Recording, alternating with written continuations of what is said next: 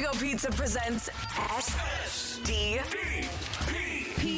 the Steve Dangle Podcast, with your hosts, Steve Dangle, Adam Wilde, and Jesse Blake. Let's go!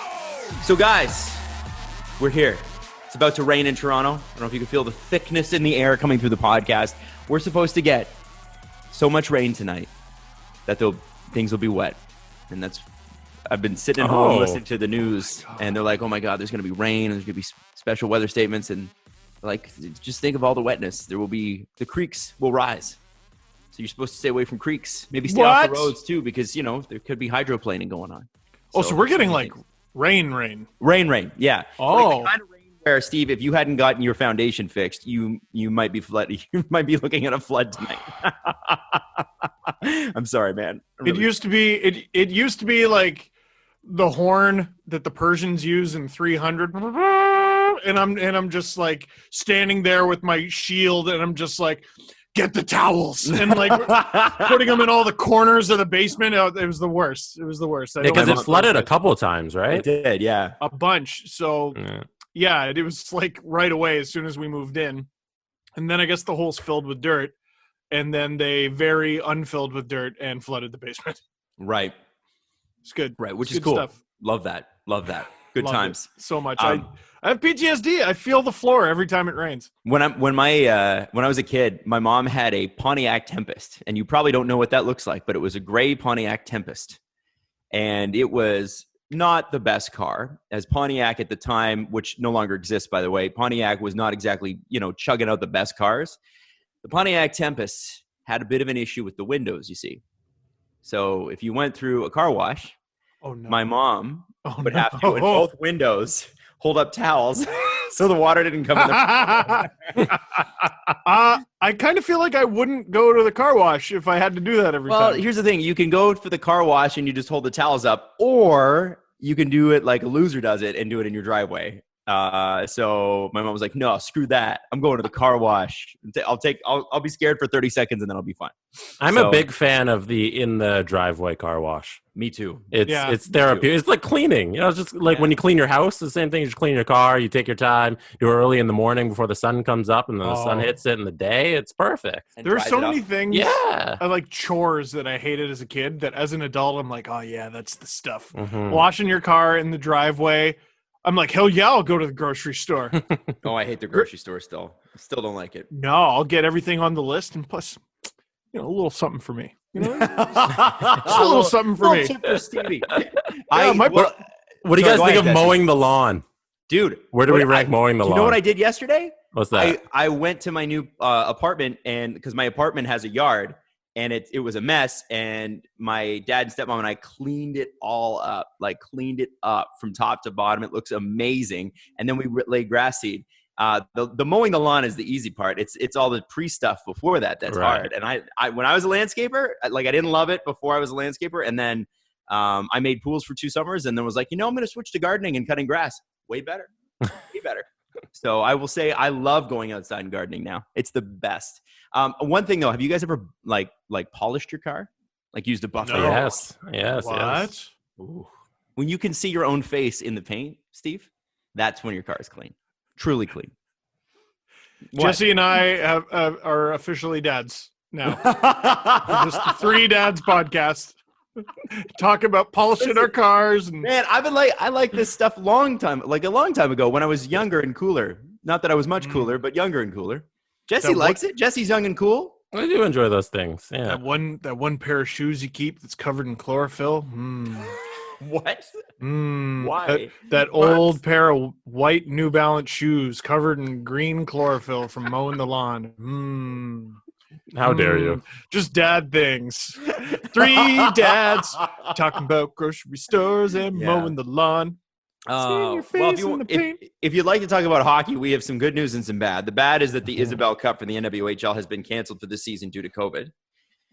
The good is that earlier this week, Gary Bettman came out and said, I don't want to be a Pollyanna, but it would be too easy to cancel this season. Now, I know this is Steve's favorite subject, so we'll try to make it brief. However, I don't know. You know me. I go back and forth. And I'm like, okay, you take what you can get. Are you back or are you fourth today? Just so we know. I guess 4th. Okay, so that's good, I guess. Yeah, I mean, listen, okay, Montreal's in the playoffs. Fine. Like, whatever. Just can we play? Mm-hmm. Please? If you're going to play. Like, just make sure it's safe and play. That's all I care about. Right. All I care about. We did talk about that quote last episode, and we looked up what Pollyanna means. Oh, I already forgot. I already forgot what it means. But it's a character that it's one of the criticisms they had for Rey in Star Wars. If you saw Star Wars, it's that it's a character with no downside. It's a two-dimensional character. It's like, I'm good, and I'm good all the time. Yeah. Overly optimistic was the Google definition, yes. There you go. Yeah. There you go. So the thing is that again, we've been talking about these hub cities for a while. Toronto, Edmonton, Vancouver have all been considered. The problem here is that Canada has a rule, and I don't know if this is the same for the States, where if you're going to cross the border, you have to isolate, across the border other than for trade reasons. You have to isolate for 2 weeks. That's just the rule. And players evidently have stated, yeah, we'd be fine playing in Canada, but we are not isolating an extra 2 weeks and being away from our families that long, right? And you can understand how they would feel that way. And it's interesting because John Tory, the mayor here in Toronto, said, I'd be open to this. I'd be open to the hub city idea, but they got to follow the rules, provincial, municipal, and national. And he said there's a good chance, and he said this at the end of last week, that we're not going to see sports in this city until the fall, which means to me, the hub city thing doesn't work. It makes more sense to contain it all to one country. Because if you have it in one country, you're not crossing any borders. Let's just be honest, the American government is a little bit more lax on this than I would say we are. So it becomes an easier proposition for them to pull off. It makes sense to me, Boston, New York, maybe Tampa, maybe Arizona, maybe one of the California cities or whatever. It makes a lot more sense than crossing the border for 6 teams. And as much as that doesn't sound like a big deal in a pandemic, it sort of is. And I think when you take into account the away from your family, being away from your family for 2 weeks for anybody is a long time. Yeah. Now you're talking about 2 or 3 months. Mm-hmm. Tough call, man. Tough to make that decision, and tough to make players follow the rules for that long outside of the United States. So it will be very interesting to see what happens here. But if I'm putting money on it, Toronto is not a hub city. It's not going to happen. Neither is Edmonton, and neither is Vancouver. And there's nothing to do with the merits of the cities themselves. Yeah. I got a question for you guys, because we were talking about this as fans. But if you guys were players and you were in that situation, being away from your family, which side would you guys fall on? If it's, hey, if you don't get your paycheck, if you don't show up, you don't play these games, obviously. But if you show up, you got to isolate away from your family and your hometown for 2 to possibly 3 months. Where would you guys fall on that? Man, you know what? Here, I got to look it up. Marissa Ngemi, He's looking up his answer. No, I'm looking up a very interesting point. Are you going to answer? What would I do, Google?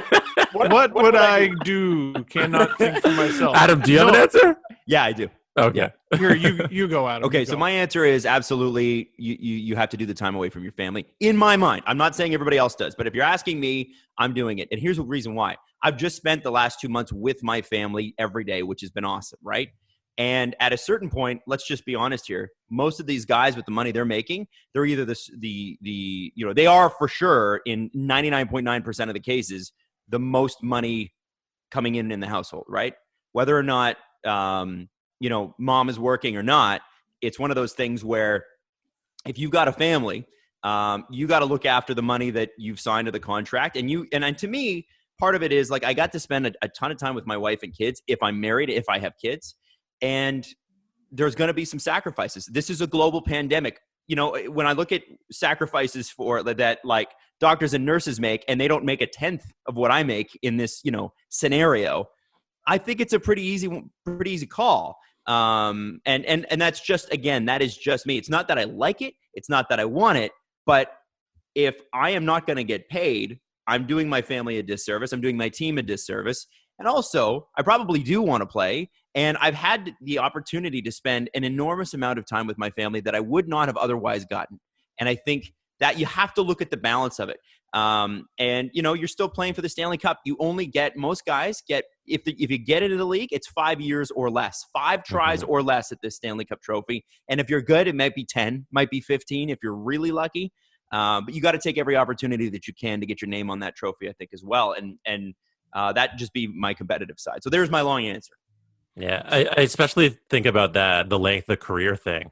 Like you compare that to like NFL players. Like if you're an average NFL player, your career is like 2 to 3 years, and you're like, I'm going to miss out on 1 year of those opportunities. Yeah. I assume the same is for NHL players. They're like, I don't want to miss out on an opportunity that I'm only going to get a couple tries at, like you said. Right. Steve? Okay, Marissa and Gemi brought up the point.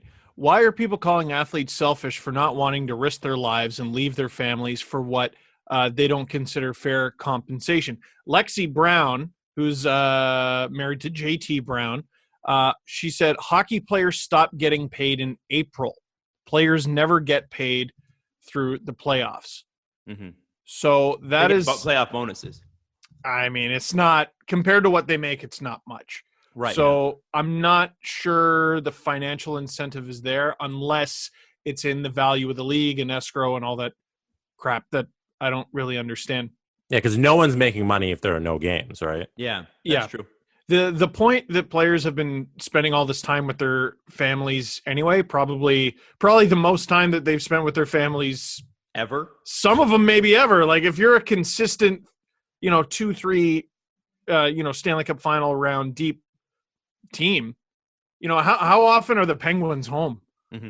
It's probably pretty rare. But as we're 10 weeks into this or something like that, 11 weeks into this, attitudes are changing. Players have concerns, and rightly so. Making them stay away from their families is brutal, but I think a lot of attitudes are changing, and we're seeing more and more people chomping at the bit. And I wonder if the players fall into the same category. Right. And that's not to say that there's not going to be issues with that or players that disagree or whatever. I'm giving you my answer. I'm giving you what I would do. But there's no catch-all. Like every situation, as we all know, every home situation is very different. So you have to figure out what works for you and do it. And I think both answers are right. It just depends on your situation.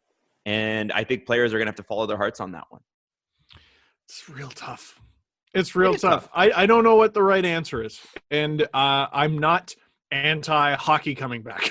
I'm not anti-fun having and game playing. I just want everybody to be safe. It's like that Mitch Marner stream the other day. Yep. And he just said it out loud, didn't he? What did he say? He said, what if someone gets sick and dies? And this was a conversation that we had, ironically, like 3 or 4 months ago. By the way, the David Ayers game was less than 3 months ago. Wow. I discovered that yesterday while making a video. But we talked about it. I think Travis Dermott was the first Leaf to get the flu or something, and it went through the team like a brush fire. So it's very serious. If one player on any of the teams in any of the hubs, I don't need to say it. So safety has to be first, second, and third here, and then you figure out the rest. Yeah, I think they'd have them tested every day. And Elliot Friedman was speculating that the cost of each test would be $100. So $100 per player every day. It's less than a stick.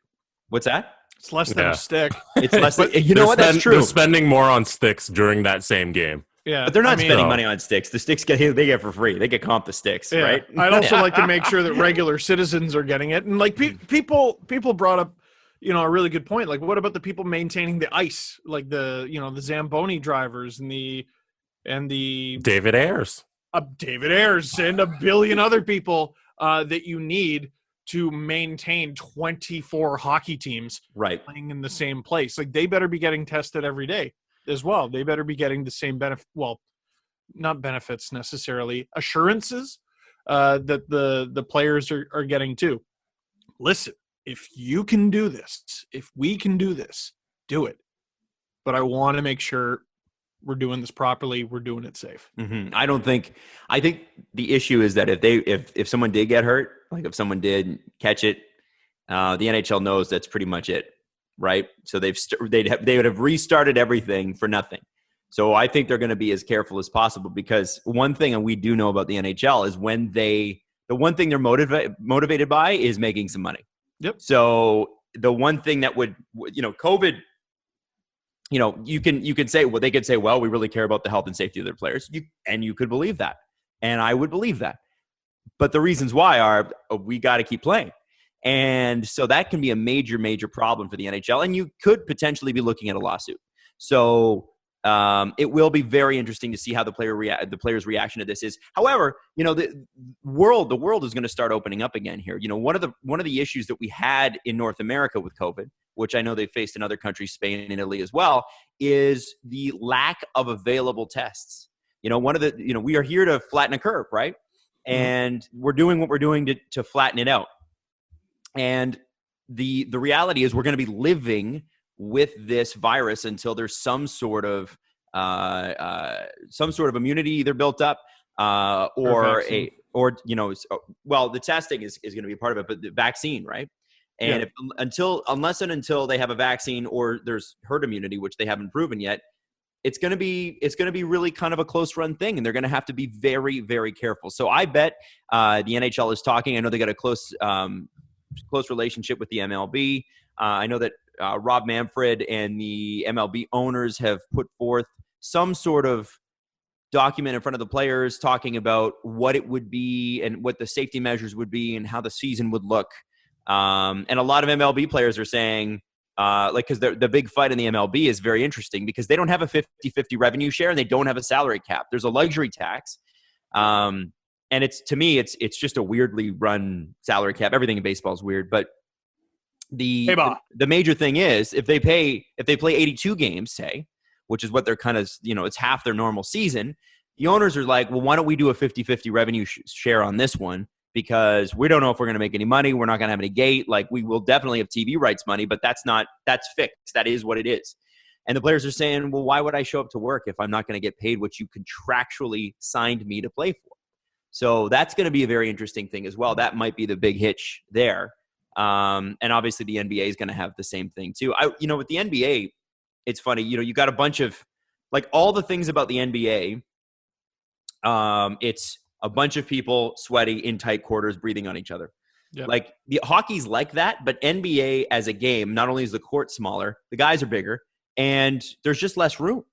And so the NBA, to me, is the one to watch. If they're able to get it off the ground and they're able to do it successfully, then the NHL should be able to as well, as long as everybody follows the rules. The NBA, to me, is the one that it's like, that's going to be the biggest challenge of them all.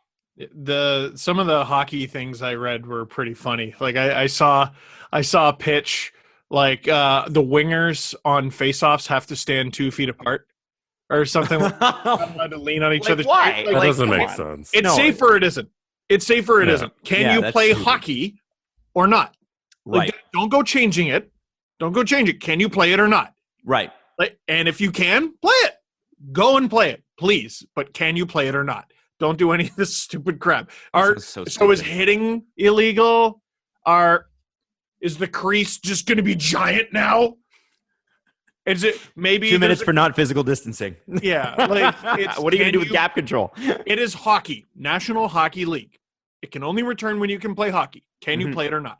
Right. Adam, I found it's interesting you say that the NBA would be a little easier to get off the ground, because I thought of it. I think it's harder. I think it's harder. Oh, sorry. You thought it was harder to get off the ground. I thought it'd be a lot easier because of the way they could design the hubs, in that you just need bigger facilities to hold the NFL, the MLB, and NHL. So the NBA's idea of, like, going to Disney World, once you lock down an area where there's no the virus doesn't exist, I find it's more of a controlled environment to have basketball, because you can build. It's just a little court, in comparison to an NHL. You just build a couple courts across Disney World, and you have these little bubbles, and you keep them there. And then once they're in, you could just play games, you know? The idea, That's a good point, Jesse. That's The a idea- really, You know, really good but- point. Yeah. the idea of it being at Disney World is just so surreal. It makes sense though. You just have all this ground and you build court literally on the grounds. And once it's there, you just don't let anybody out, don't let anybody in, and it's contained. But with hockey, you got to have these rinks, and you got to have so many rinks and so much upkeep just to keep all of this stuff Hockey's just going. really difficult. You know, and, Really and then difficult. same thing with the NFL. Like you can't play outside of these stadiums unless you're going to high school fields. But Honestly, even then. I think you just have all the players stay in the Dallas Cowboys stadium because it's big enough. They could sleep. That freaking stadium. Every time I see that on TV, I'm like, you know, on TV things are like, well, it looks a little smaller. Like objects in mirror are closer than they actually are. Yeah. Even on camera, Dallas's stadium looks like a gigantic airplane hangar. You could put several spaceships in it. Like it's so big. It's so crazy. I've only been in one NFL arena stadium. My entire life, Gillette, and I remember just standing right in the middle of it and looking at the seats, just going, "Holy shit! Yeah, it's crazy. What is this league?" Even the small stadiums are big. It's crazy. Yeah. So you know, you're right, Jesse. That's a really good point, and it's funny when you brought up the hub idea with the NBA, like going to Disney World or whatever, and saying how easy it would be. I don't know why I didn't think about this, but the first thing I thought of afterwards was Michael Jordan during the Space Jam shoots. That's exactly Like, how it would be. That's just literally build the them a idea. Yeah.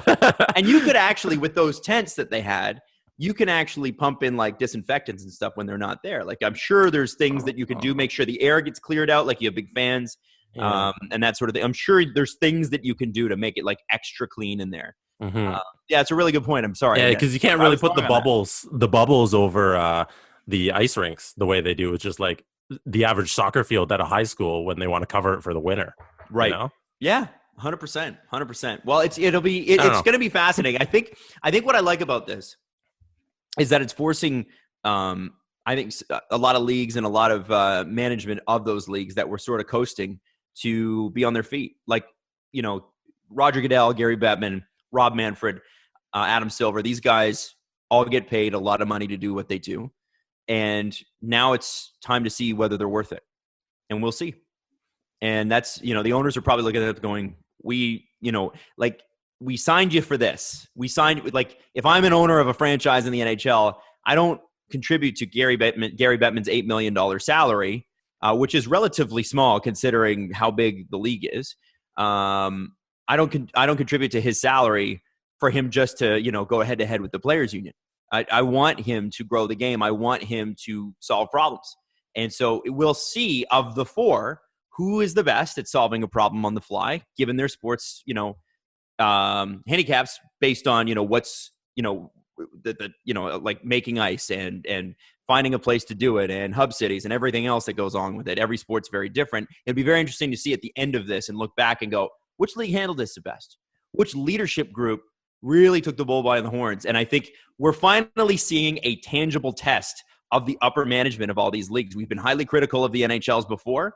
Now we actually get to see whether or not they're worth their money.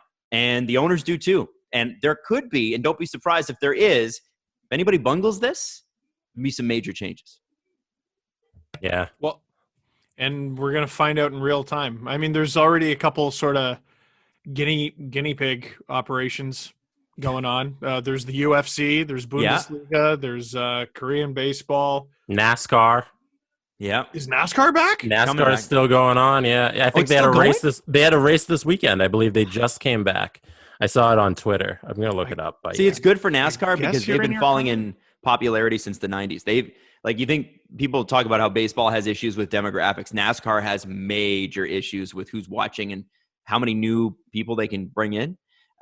So this is probably pretty good for them because it's like, let me just watch anything competitive. Please, God, let me watch anything.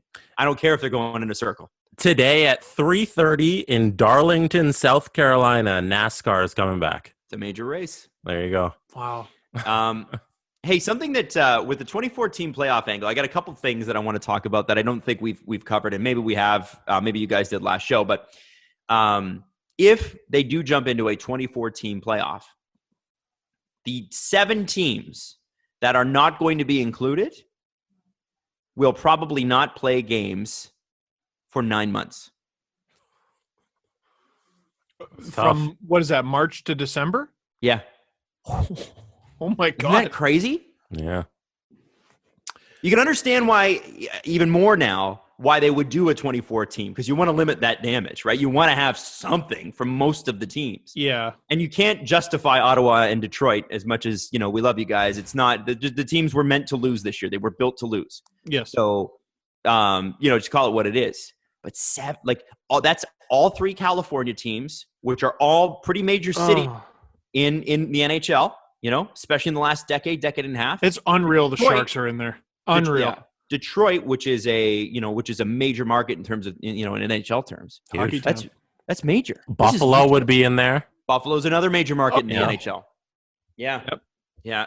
Like, that's the kind of stuff where you think, and maybe based on how this season has gone for the Sabres and especially their fans, maybe they do need a break from each other. Give Jack Eichel a reset. Sometimes you just need to go on a break and think about it and see if we're really Oh committed. my God. That's funny. That's really funny. Right? Right. Here's okay. And, Is there and- any? And, Sorry, and go ahead. sorry, to add to that, before you get into that, does that shorten anyone's career? Does that extend anyone's career? And I'm thinking specifically of Joe Thornton. Does this make Joe Thornton's career longer or shorter? Shorter. Oh, yeah, you're taking like a full year. gotta He's be. got to be done. Yeah. He's got to be done. Right? But he doesn't think he's done, I bet. Why? Okay. We're making it up on the fly as Sure. it is, right? We're completely making this up on the fly. There's a new trade deadline.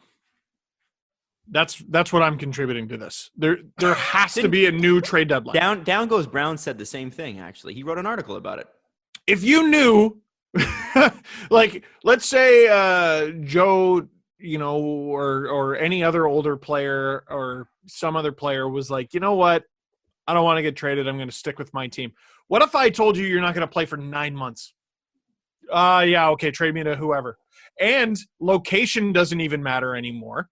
No. Like, I don't want to go play in X city. Okay, cool. Well, we're all playing in this one hub city in this extraordinarily unique event. Have a new trade deadline. Get Joe Thornton to go somewhere. Why not? Joe should have been traded, by the way. Yes, he absolutely should have, and he was mad that he wasn't. Can I tell you why I don't want that to happen? I'm ready. Because the teams that are out are just kind of a fire sale on all their players, and they don't even have to build a roster because they're not playing games. I love it. So I feel like you shouldn't do that because it's an unfair advantage to these teams. Oh, They can trade all of their they can trade their entire team because they absolutely cannot. No, they can't. They can though. Why? No, they can't. Okay, the consequence is you suck forever. That's what the Buffalo Sabres did. But then they sold everybody. So the consequence of getting rid of everyone and getting these picks. But the Sabres didn't Suck buy forever. properly either. Let's be honest. Yeah. No, they didn't buy properly. And didn't know how to buy. They drafted terribly. The other thing that would prevent that, Jesse, is the salary cap, which still exists. No, but you don't have to be over or under anything in the salary cap if you're not playing games. The teams that are going to the playoffs do. No, but you have 24 teams to trade your 20 guys to. You can spread it out amongst these guys. Just like butter. Just spread it across the edge of the toast. Right. And you don't have to be cap compliant in the offseason. You could have a salary cap of 0. And you could be an expansion franchise if you wanted to. And just trade all your guys for picks. I like it. Jack Eichel for 10 first-round draft picks. You're not going to do that. Okay. Especially Ilya the Sabres Kovalchuk. can't buy. Or draft. Ilya Kovalchuk, who is a member of the Washington Capitals, by the way, Weird. played 7 Weird. games as a cap. 7 games. How long does that take? 2 weeks? New trade deadline. Come on. We're talking about playing at Disney World. Let's get nuts. I want a new trade deadline. I'm not New here for trade that. deadline. Still got to be cap compliant. And when you come out of this, if you're one of those teams who's not going to play for 9 months, when you come out of this, you have to be good. You have to ice a good team. So, no, you cannot trade everybody. No, you can't. Every team isn't going to be good. What do you mean? So what? You're going to suck on purpose at the end of this? Detroit and Ottawa already did. Yeah. Buffalo Yeah. sucks, but not on purpose. Like, who is Detroit and Ottawa going to get rid of? Well, I don't think they would. I don't know what they can. They don't have assets. They don't have Extend the anything. trade deadline, damn it. Extend the trade deadline, damn it. So- It's a 1-day televised event. One day. Oh, sounds awesome. That actually would be amazing. Now, along those lines, Steve, and I'm going to go back to the trade deadline in just a second here. You should know, we talk about televised events and the NHL trying to capitalize on the gigantic sports void. They were talking about that June 5th draft, which I don't know if you guys know this, is about 2 weeks away. They couldn't possibly. Not going to happen. No. From what we're hearing, not going to happen. It was a dumb idea. It was a dumb idea. We're not even sure that the draft is going to happen in June at all. At this point, it could happen later in the summer. And Elliot Friedman speculated that they're a little bit freaked out about it going too late because everything is going to come back in the fall. And they don't want the draft to be overshadowed because it is a big moneymaker for them. Now, to the trade deadline for a second here. I'm going to tell you why I'm for this. I'm going to tell you why I'm for Steve's idea. I know Jesse's he's against it. I'm for it. You're for it. Wow. Yeah. You heard that pastor online? You either for it or against it. So I'm for it. I only know that from Abe Simpson on The Simpsons. Oh, okay. No, I ain't for it. I'm against it. That's all I know it from. So I'm against it. I'm sorry. I'm for it because this is the opportunity that the NHL has to test a post-trade trade deadline cap accelerator, which I have been promoting for years as a way to get out of the boring-ass doldrums of the hard cap era. And what I've suggested in the past is a luxury tax for teams going to the playoffs. If you want to spend over at the trade deadline, you're able to buy 5% or 10% more from teams that are lesser or whoever you want. You're able to accelerate your salary cap. You play for every dollar you pay. Let's say it's $10 million.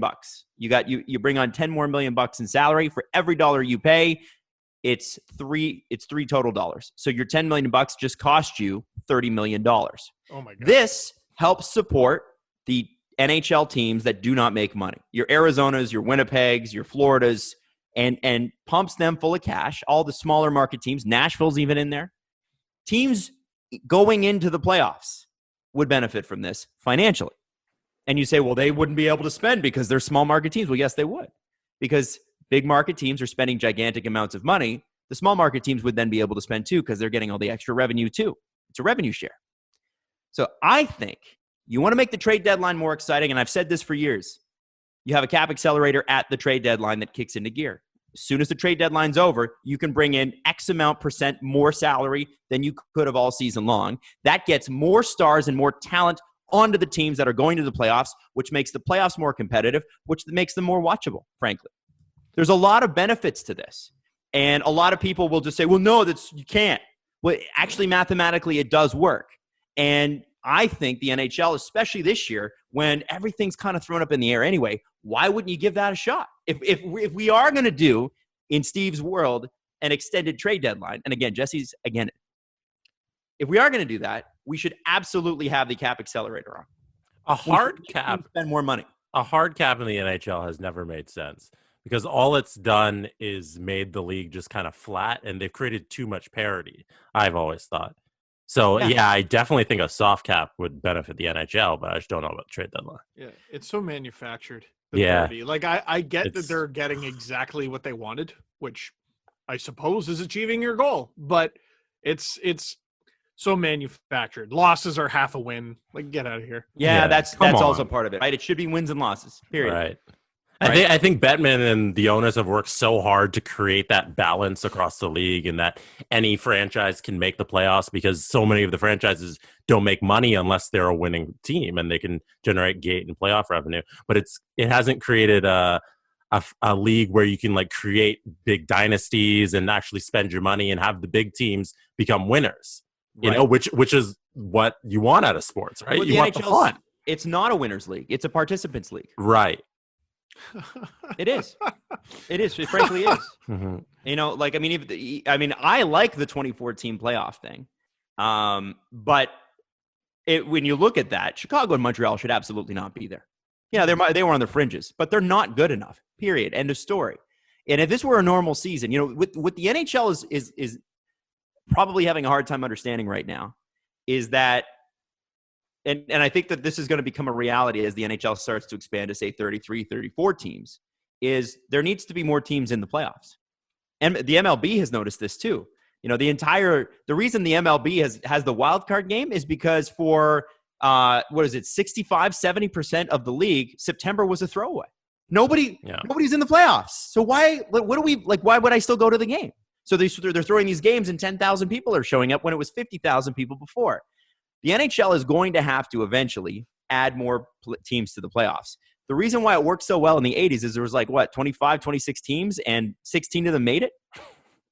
It's good to have more teams in the playoffs revenue-wise. I'm just suggesting that if you want to keep it competitive and rolling, to me, you want as many good players on the teams that are going to the playoffs as possible. You want small and big market teams able to spend that kind of cash to bring them in. And you want to open up the gates. And I just don't think, why are we protecting franchises that lose constantly, whether it's on purpose or not? Why are we protecting that? I understand revenue sharing. I get that part of it. But from a competitive standpoint, at a certain point, it's not the league's problem that you suck, Buffalo. It's your problem, right?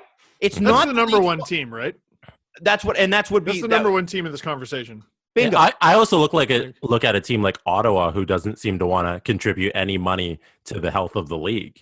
They're just kind of, okay, how can we pinch every penny to just keep our franchise running and not contribite any money to any of these other teams? Completely a problem too. Completely agree. I feel like that's a problem.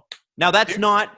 Let me just say this, because people will message us this. I feel like you should know this, but that's not the fans, right? No. That's ownership. And the Pagulas saved sports in Buffalo, but they haven't been able to do anything with the Sabres. And frankly, the Bills haven't been great either. They're just at what point? Why are we putting a competitive life support in place for teams that just suck? Hire better management, hire better scouts. You're going to get the same amount of revenue anyway. And, because there is revenue share around the league. Hire better, buy better players. Don't sign Matt Molson and Jeff Skinner to ridiculous contracts and figure it out, man. Just figure it out. That's mean. You're being mean now. I'm sorry. You're being mean. Oh my holy Lord. This is just something I came across when I was doing a trade tree. Just talking about the futility of the Buffalo Sabres. In 2014, these guys had 6 picks in the first 3 rounds. They had a first 3 seconds and 2/3. 3 of them have played NHL games. One is goaltender Jonas Johansson. He's played 6 games.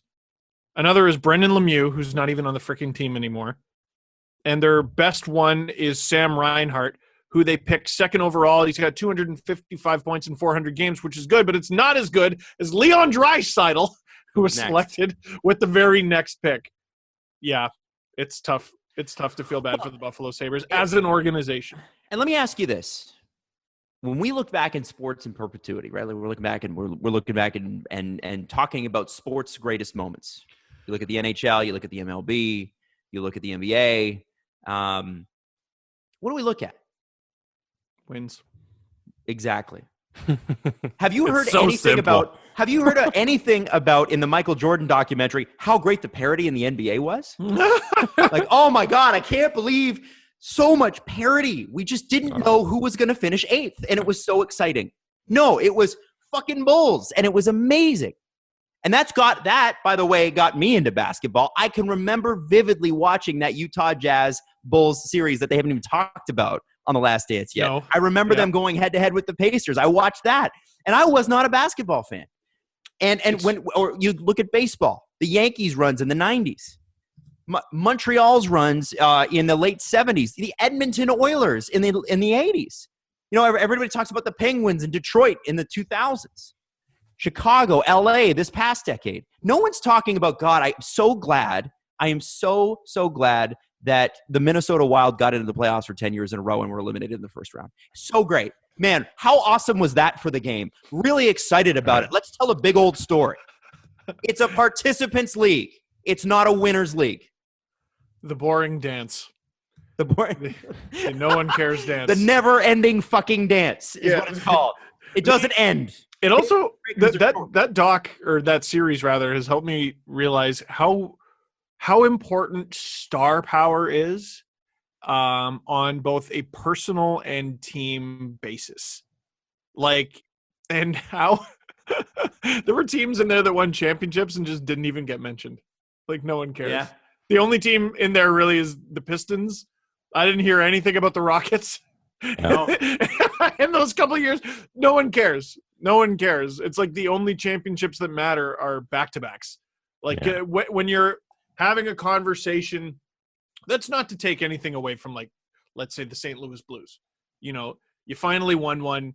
It was super special to your fan base. But when you're just talking about as a fan of hockey, or rather a fan of basketball, you measure everything up against the dynasties, up at the champions of champions. You know, oh, we won back-to-back. Yeah, twice. Yeah. You know what I mean? It really, it's really put into perspective.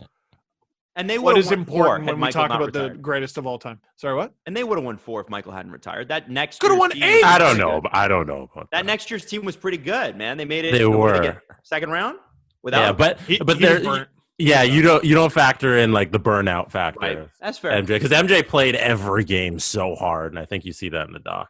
But like you go back to the NBA, and just the league is built on just champions winning over and over and over again. It's from 1984 to 98.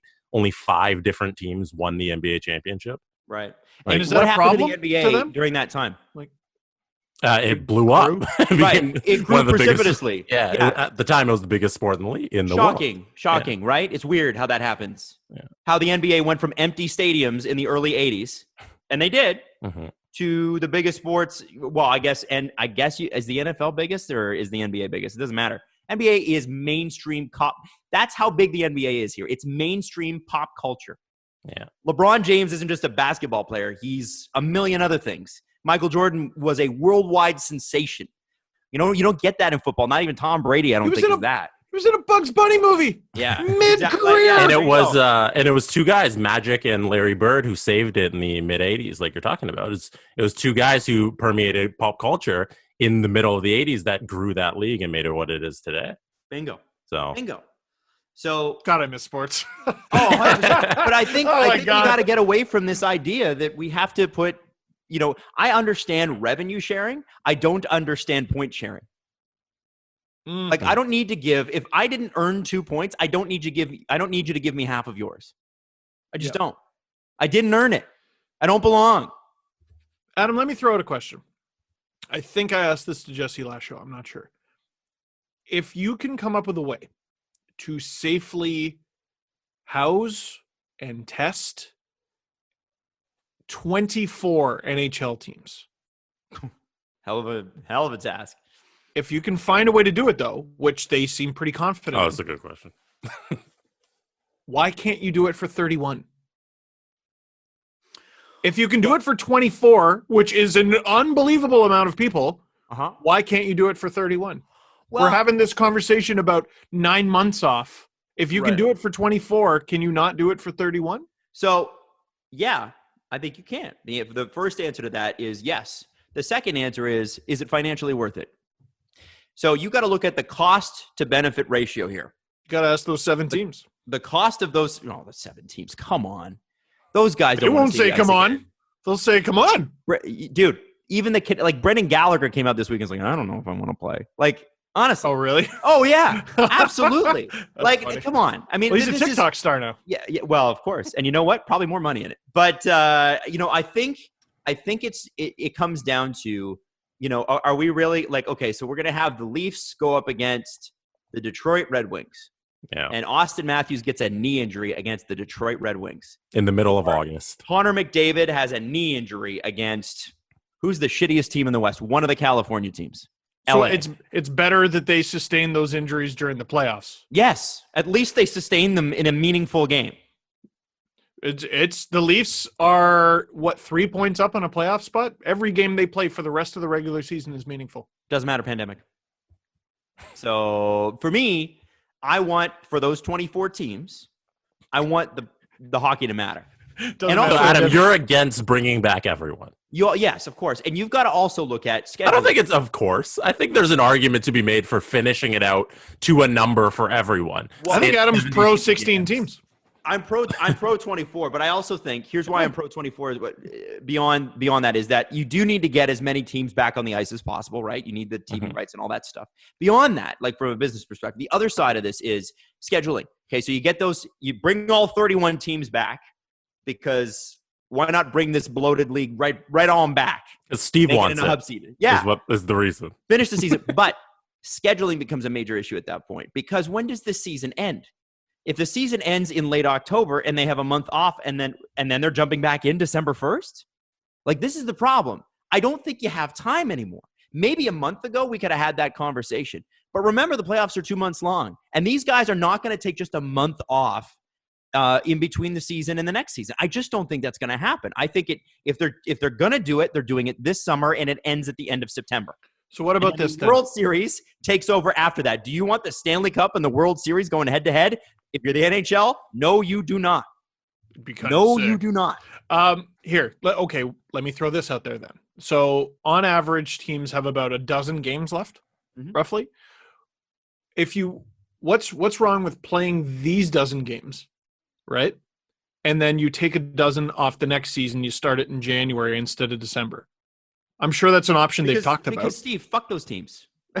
What is the point of Detroit playing games? Exactly. Fuck those teams. And Detroit fans would tell you that. Yeah. Like if the Leafs were where they were in 16 and they sucked, I'd be like, no, they're not coming back. Why? Yeah. For what? That's true. There's no reason for it. There's no good reason for it. Yeah. There's just no and I'm sorry, but if I'm Gary Bettman, I don't want Connor McDavid playing anyone from California and going down. I'm finally going to get Connor McDavid into the goddamn playoffs. I'm not fucking it up against a shitty team that doesn't have a chance in hell. Just not. I'm going to look up the Oilers' schedule. I want to see this. We're going to play that posted? Which NHL team do I wreck my PCL against? Oh man, no, I know. I hate the name of that game. That made me a disaster. Cringe. Oh boy, wow. Okay, so they got. Oh, they all say PPD postponed. Sad face. We got the Islanders. They're in a dogfight. Philly playoff team, Washington playoff team, and then they got the Sens. Ooh. Tampa, then Anaheim. Nope. Colorado, yes. San Jose, nope. Anaheim again, nope. Vegas, yep. Man, the Oilers would be playing so many games against non-playoff teams, and they finished the season against Calgary. And I'm listening to that thinking in the 24 team playoff thing, even 30% of their games, even in the 24 team playoff, if that goes through, 30% of the games you just listed are against non-playoff teams still. Like, not worth it. Who cares? Pack it up and go home, boys. You were good. Gary Bettman is such a fascinating player in all this because it's easy for us on our podcast to say screw those 7 teams. Bettman has to actually do it. He's got to say, listen, screw you. No, I think those teams understand. I think if you're Ottawa and Anaheim and LA, you don't want to come back. Yeah, Eugene doesn't want to have to pay the electricity bill at the Corel Center. Come on. Yeah. Wow. Or just flying all these guys out to whatever hub they make. I don't think you want your players doing that when you know, okay, we're going to play these 7 meaningless games and then pack up and go back home. Right. And you're going to do all this stuff and maybe get COVID. Like, man, I can't wait to play 12 more games as this year's Detroit Red Wings and risk COVID. It'll be right. No, you're right. Excited about you're that. Right. Here's a fascinating one though.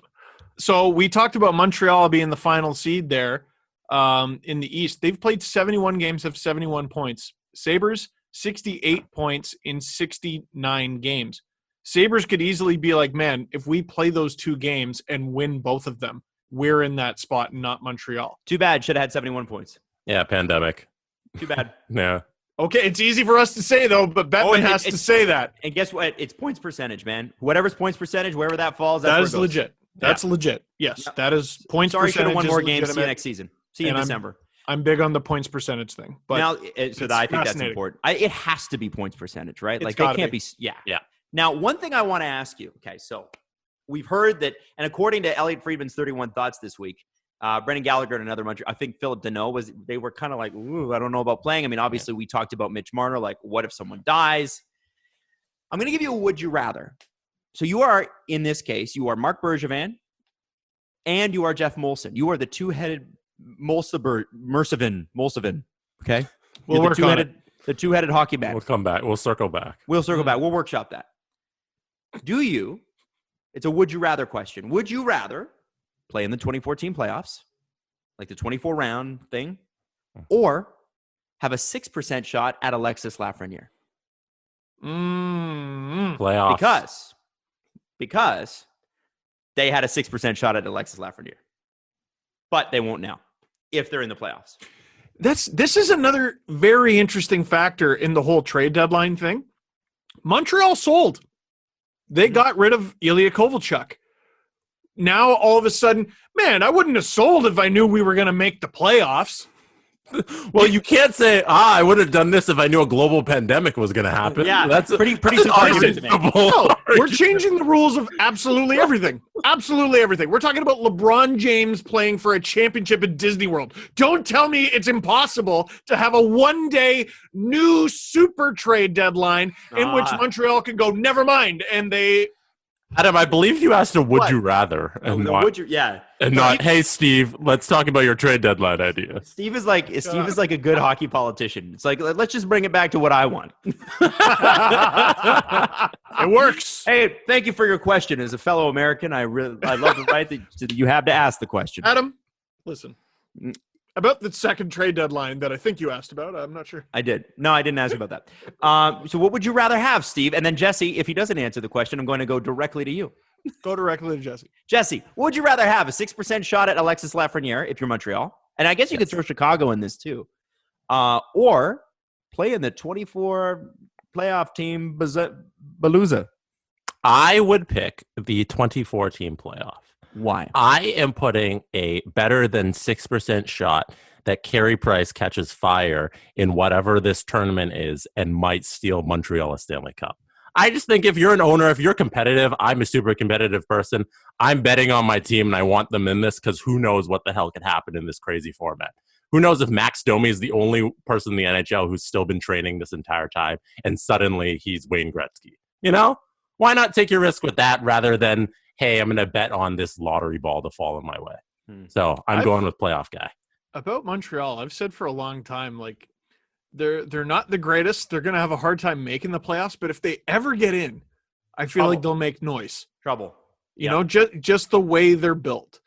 So it's fascinating. Here, how about this? 24 extended trade deadline. Wow, Steve, what a crazy idea. Oh my God. Okay. Sorry, I wasn't going to say that, but how about this? Extended trade deadline. Also, 24 team playoff format because pandemic. Yeah. And also keep the draft lottery the way it is. I still don't understand why they've changed it. I don't get that either. Okay. There's been no explanation. What if some team wins a cup? They're just saying, we want fucking Detroit to have it. We want Detroit to be good again. Like, just say it. Yeah, just come out and say it. That's okay. Like, what if some team wins the cup and the first overall pick? Well, then maybe address the shitty parity in your shitty league. Mm-hmm. Also, who cares? Who cares? Like, because pandemic. That's the only reason we're doing any of this. It has changed absolutely everything. And if the Stanley Cup winning team gets the number 1 overall pick, it's an international story. It's all attention for the National Hockey League. Mm-hmm. Just a little bit more. They won the Stanley Cup because of this kooky, weird little format, and they got the best prospect in the sport. It's great pub trivia forever. It's great theater. Mm-hmm. All right. Also, how would you guys play the 24 team playoffs? Would you do best of like 3 for each round? Would you do a single elimination for the first round and then keep going? Because they've never talked about that. They just keep saying, okay, 24 teams are going to make the playoffs, but how would you guys format the rounds? I think you got to have, because that would be 4 extra series, right? Wouldn't it? Yeah, I saw the tree a little earlier. I'm not sure. Is it an exact even number? No. So you have the top teams get first round buys, and then they play, and then once that first round is done, then it becomes even. I saw the bracket earlier today. I mean, I think you got time. Like, if you're not playing the last 10 games, you got time. Do a best of 5. Best of 5, yeah. Throughout the whole thing? Yeah. Well, no, just the first, the shitty team round. The shitty team round is best of 5. Yeah. And then you go and then you go best of 7. Okay. Yeah. Then it's fuck you, we're on. Now, Right. a lot of the shitty teams would say, no, let's do best of 3 because we don't want to be dead in the first round. And to that, I say, you didn't belong there anyway. So just be happy that you're playing. So wowzers. Okay, so there's a couple different brackets that I'm seeing. There's a really interesting one from Jason MYRT. And the bracket is Calgary versus Winnipeg, and the winner of that goes on to a series against the Blues. Edmonton versus Chicago, and the winner of that goes on to a series against the Stars. Edmonton would be in that round? Adam, I'm going to send it to you so you can look at it. I feel like you That's have a look. stupid. Why would they? Here, No. here. Here's what. No. This is stupid. Why Why? are they doing this? Why? No, What? The teams that were What? guaranteed to make the playoffs are not playing in the first round. Period. If you were in a position, points percentage based, then you are not playing in the first round. If we're doing a 5-round playoff, then every team that actually made the playoffs is not going in. That's stupid. Technically, the only teams guaranteed to make it were the teams that had a spot clinched. I'm just saying. I don't think it works with the numbers though, Adam. I don't think you can fit that into the 24 teams. I sent you the bracket if you want to take a look. It should be more than wild card then. Vancouver versus Arizona, the winner plays Vegas. Nashville versus Minnesota, the winner plays Colorado. Florida versus Carolina, the winner plays Washington. Toronto versus New York Rangers, winner plays Tampa. Hey, man, at least Toronto could win a series. Pittsburgh versus Montreal, winner plays the Flyers. Oh, man, that'd be sick. And Columbus Pittsburgh, versus Montreal? Columbus versus the Islanders, winner plays Boston. Columbus Islanders. Who would have a better shot against Boston? The Islanders or I feel like Columbus would be better against Boston. Yeah, Like a better shot. Well, and then there was another tweet that I will bring up, and this was fascinating as it pertains just to Columbus. From Justin Bourne. So if the NHL season resumes, the Blue Jackets get back from injury. Seth Jones, Cam Atkinson, Oliver Bjorkstrand, Alexander Tessier, I think is how you say it, and likely Josh Anderson. We're really going to have a Columbus wins the cup in October in front of no fans type of finish, aren't we? I love Bourne. I love him so much. No, that's funny. It's fascinating. It's one idea, man. It's one idea. See, let me see if I can find the other one. Here's what I think, guys. I think you do a wild card play-in.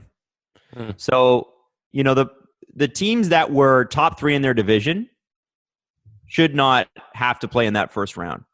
And I say that because I think what you have then is you have a wild card team that was in it and a wild card team that was almost in it. And that makes it kind of exciting. It doesn't make sense to me to have what good is finishing above the wild card? If I'm a team that was above the wild card, I don't think it's very fair that I have to play this extra round when I was above the wild card. The only team that should be able, the only teams that should have to play in those rounds are wild card teams and fringe teams. That's an easy enough thing to do. You can do that. You're discovering the problem with saying because pandemic. No. I can use it for anything now. I can use it for anything. I'm just suggesting an alternate view. No, I know, but this is the format we have. Play it. Right now, we're giving the top 4 teams in each conference first round buys. See, I don't hate that. That makes perfect sense. If you were to look at how the MLB does it with the wild card, though, right? They've got you could have so here's let's look at the Atlantic Division, okay? Tampa and Toronto are still playing each other, right? And Boston plays the winner of wild card game number 1 or wild card series number 1. We should have never gone away from 1 versus easy. It's so much of this is solved by that. I don't know how easy it is. That's really easy. I don't understand how that's not easy. But I think in this case, it'd be important to get away from the divisions and you go back to the conference rankings. So you're ranking everybody 1 through, what is it? 1 as much as I 10? like that, if they're 1 through 12, why would they change that? Here, they've stuck so hard to this fucking stupid concept, and I hate it, Jesse. I'm with you. I want conference. Yes, but they've stuck so hard to that. Now they're going to say midway through the season, well, you know what? Well, it didn't matter. No, but I think if we're going to go away from it, let's go away from it. This is a pandemic. Well, they better stay away from it then. I'm with you. I 100% agree. So under this format, you go away from it. You rank everybody 1 through 12, and you give the first 4 first round buys. I don't hate it. I'm into that. I'm doing it. Pandemic, I'm down. I'm Here, down. let me give another one. It's similar, but I think it's slightly different. This is AC Thompson 04 on Twitter. So St. Louis is the first seed in the West.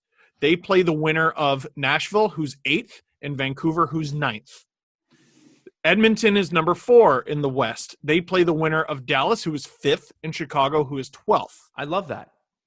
Vegas is 3rd in the West. They play the winner of Winnipeg, who is 6th, and Arizona, who is 11th. Colorado is 2nd in the West. They play the winner of Calgary, who is 7th, and Minnesota, who is 10th. In the East, Boston is number 1. They play the winner of Columbus, who is 8th, and the Islanders, who are 9th. That stays the same. Philadelphia is 4th in the East. They play the winner of Pittsburgh, who is 5th, and Montreal, who is 12th. That shouldn't be. It should be 8 versus or it should be 9 versus 12, and then Boston would play because the best team in the conference should get the advantage of playing the worst team. I agree with you there. Point. Yeah, I agree with you there. The seeding doesn't make sense. Here, let me just finish up. Pittsburgh. Oh yeah, Philly is 4th. They play I'm Pittsburgh. just grabbing a coffee. I'm listening. Pittsburgh, who's 5th, and Montreal, who's 12th. Washington is the 3rd seed in the East. They play the winner of Carolina, who is 6th, and Florida, who is 11th. Tampa is 2nd in the East. They play the winner of Toronto, who is 7th, and the Rangers, who are 10th. There's something here. I agree with your little edit there, Jesse. I like that. The idea is there. It's just they've mixed up the seeding. The seeding needs to factor out so the better teams get the worst opponents in the second round, and you need to reward the better seeds in the first round as well. Because right there, you have too many. I was suggesting too. That's part of what I was What? saying. I was saying that. Adam, we can't. Don't talk from your kitchen. Yeah, come on, man. Steve, go ahead. I was saying that. Oh no, so they're worried. They're worrying too much about fairness in the play-in. Mm-hmm. No, like you have 11 versus 12. Fairness in the play-in. Winner is thrown to the Lions against. There the you Bruins. go. Yes. Right. And I think that was Adam's idea. Oh, That's what it should be. And also, let me throw this out there. Sure. I think, people are going to talk about, well, it's not really fair because the teams get the bye or whatever. The NFL does that every year. Also, how many of those in this proposed scenario, how many second round upsets would there be? Because there would be teams that have not played since mid-March. It doesn't matter how good they were. It doesn't matter how good Boston is or, Colorado or whatever. They're going to go up against a team that's played, and that will be the evening thing. That will even things out. If a team that has played a 3 or a 5 game series goes up against a team that hasn't in the NHL, oh man, sign me up for that, because Boston might be a much better team, but even players on Boston would tell you, how do we stay sharp? We haven't played. I think the teams that play more have an unreal advantage in this tournament. And they're fresh. So if you finish, like Montreal could really go on a run here, like really, in this scenario. It should read Boston, who's first in the East. They play the winner of Montreal versus Florida. Yes. I like that. I like that. But I think what they're also trying to do here is make sure the lowest seeds get eliminated by like making Carolina play Florida, for example. They assume Carolina will beat Florida. They assume Pittsburgh will beat Montreal. But that's not the way you should. That's not what they should. No. But again, that goes back to them this being a participant league, and they will do that. They will do that because they'll be like, well, that's what's fair. It's not about what's fair. These teams earned this. And I'm not talking about the Leafs, man. The Leafs would be playing in that first round. What I'm suggesting is the best teams earned the right not to have to play good teams. So the Flyers, who are fourth, you're saying should play the winner of Pittsburgh, who is fifth, and Carolina, who is sixth. No, because there's not eight teams. So you need a factor in the fourth team needs to play like the ninth or whatever. But right now, the fourth plays the winner of fifth versus 12th, right? And fourth is the worst of the top four. Well, and they would be playing the winner of I think the number one team in the conference should play 11 or 12. Like, so 11 and 12 go up against each other. And in order to accomplish that, the Flyers have to play the winner of Or you Pittsburgh, you just don't do it bracket style, and you do it NFL playoff style, where every round you reseed. Ooh. So it's just whoever comes out of that, you reseed. So the lowest always plays the best, and so forth. Just keep going each round. That's how the NFL does their playoffs. Absolutely. Since you're So you playing drop in the the same bracket. place, Yeah. absolutely no problem with that. the sickest. Yeah. Let's do that. Please, Do let's that. do that. Simple.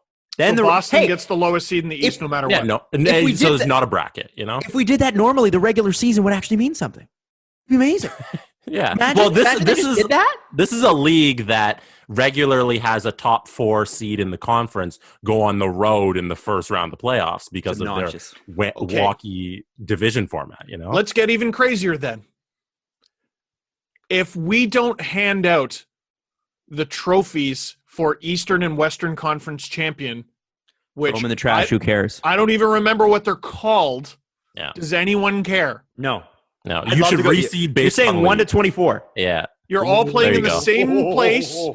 East and West don't matter. Oh, I love it. Okay, Yeah. you're bringing me in more and more. I'm loving this. March Madness. Let's do it. Yeah, drop Yeah. conferences. Who cares? That's the one thing I'll concede if they're like, okay, that's too far. I'll be like, okay, fine, do the whole East and West thing. But this rules. This idea rules. Guys, are we fucking brilliant? Yes. Damn. We got there. I Never think in doubt. I It took think a listen, while. we took, you know what? We took it into the boardroom. We threw a bunch of things at the wall. We waited to see what stuck, and we built on that. And that is how you circle back around and eliminate silos in a corporate environment. But Adam, Yes. should we have a new trade deadline? I don't know, Jesse. Who would Yes. we ask about that who might have a strong opinion? Let's check in with trade deadline expert Steve Dangle. Yes. Yes, they should have Yo, it. They okay, should have it right so away. if there's a second trade deadline, we're doing a trade deadline special. Absolutely. And we're doing it live. No, I don't support that trade deadline. And you guys don't get to say anything. It's just me because screw you. You didn't believe in it. Right? So we're just hearing on mute the whole time? Yeah, well, you still have to show up and you have to Okay. be there. Uh-huh. And no, you can't be on mute. Your mic has to be on. You just have to be silent. Listen, it's not that I don't like the idea. It's just hilarious to hear you continue to bring it up. Even when we What ask you about- questions that aren't about it. Hey, Steve, what can you tell about- me your thoughts on God? Well, if God were here, he'd say trade deadline, extend it. He would. Or she. They would. All right? We'll have a second trade deadline. That was the 8th commandment. The 8th commandment. Thou shalt have a second trade deadline Yeah. in the event of a global pandemic. Everyone always forgets the order. Number 8, second True. trade deadline. Unassailable logic right there. Unassailable. I went to Catholic school. How are you going to doubt me? Now, there are other things to talk about. As I mentioned before, the league is looking on backing off the early June draft. Obviously, 2 weeks ago, Bill Daley sent out a memo advocating for this. And most of the reaction, according to Elliot Friedman in 31 Thoughts, was we may not like it. So this is from around the league. We may not like it, but whatever the league wants, it gets. So that's very interesting. It just shows you how much power Bettman and Daley have around the league. The note promised 30 days notice. So we've slipped by the June 5th to 6th date, which I'm reading directly from 31 Thoughts here. The league could go back to its original date of June 26, 27, but online only. However, there is a growing sense in the league office that they are backing away from this fight. On the Board of Governors call 3 days after the memo was released, it's believed that approximately half the teams indicated they were completely against doing it before the end of the playoffs. Even more of an issue was that there weren't many teams willing to fight for doing it early. So the teams that really cared really didn't want it to happen. The teams that were fine either way didn't fight for it. So this is very, very interesting. One of the concerns with having it in the fall, and this is something I brought up earlier, is suddenly the sports calendar is jammed with NFL, tennis majors, golf majors, big horse races, MLB, etc. But that argument is not swaying anyone. So it should be very interesting to see what they do. If they're able to do it in those first couple weeks after Labor Day, let's say they're able to get the playoffs done. Like if they start July 1st, you probably could get the playoffs done by Labor Day, I would think, right? Yeah. It's Yeah. not inconceivable. Yeah.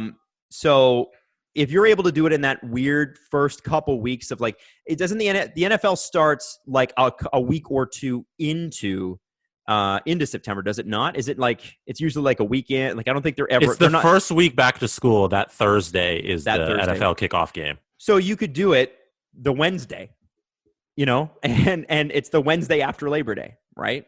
You could sneak it in that weird kind of first 2 weeks period. I know the MLB would be ramping up at that point, but you know what? You're the NHL, and you have to deal with the fact that you're a smaller league right now anyway, so deal with it.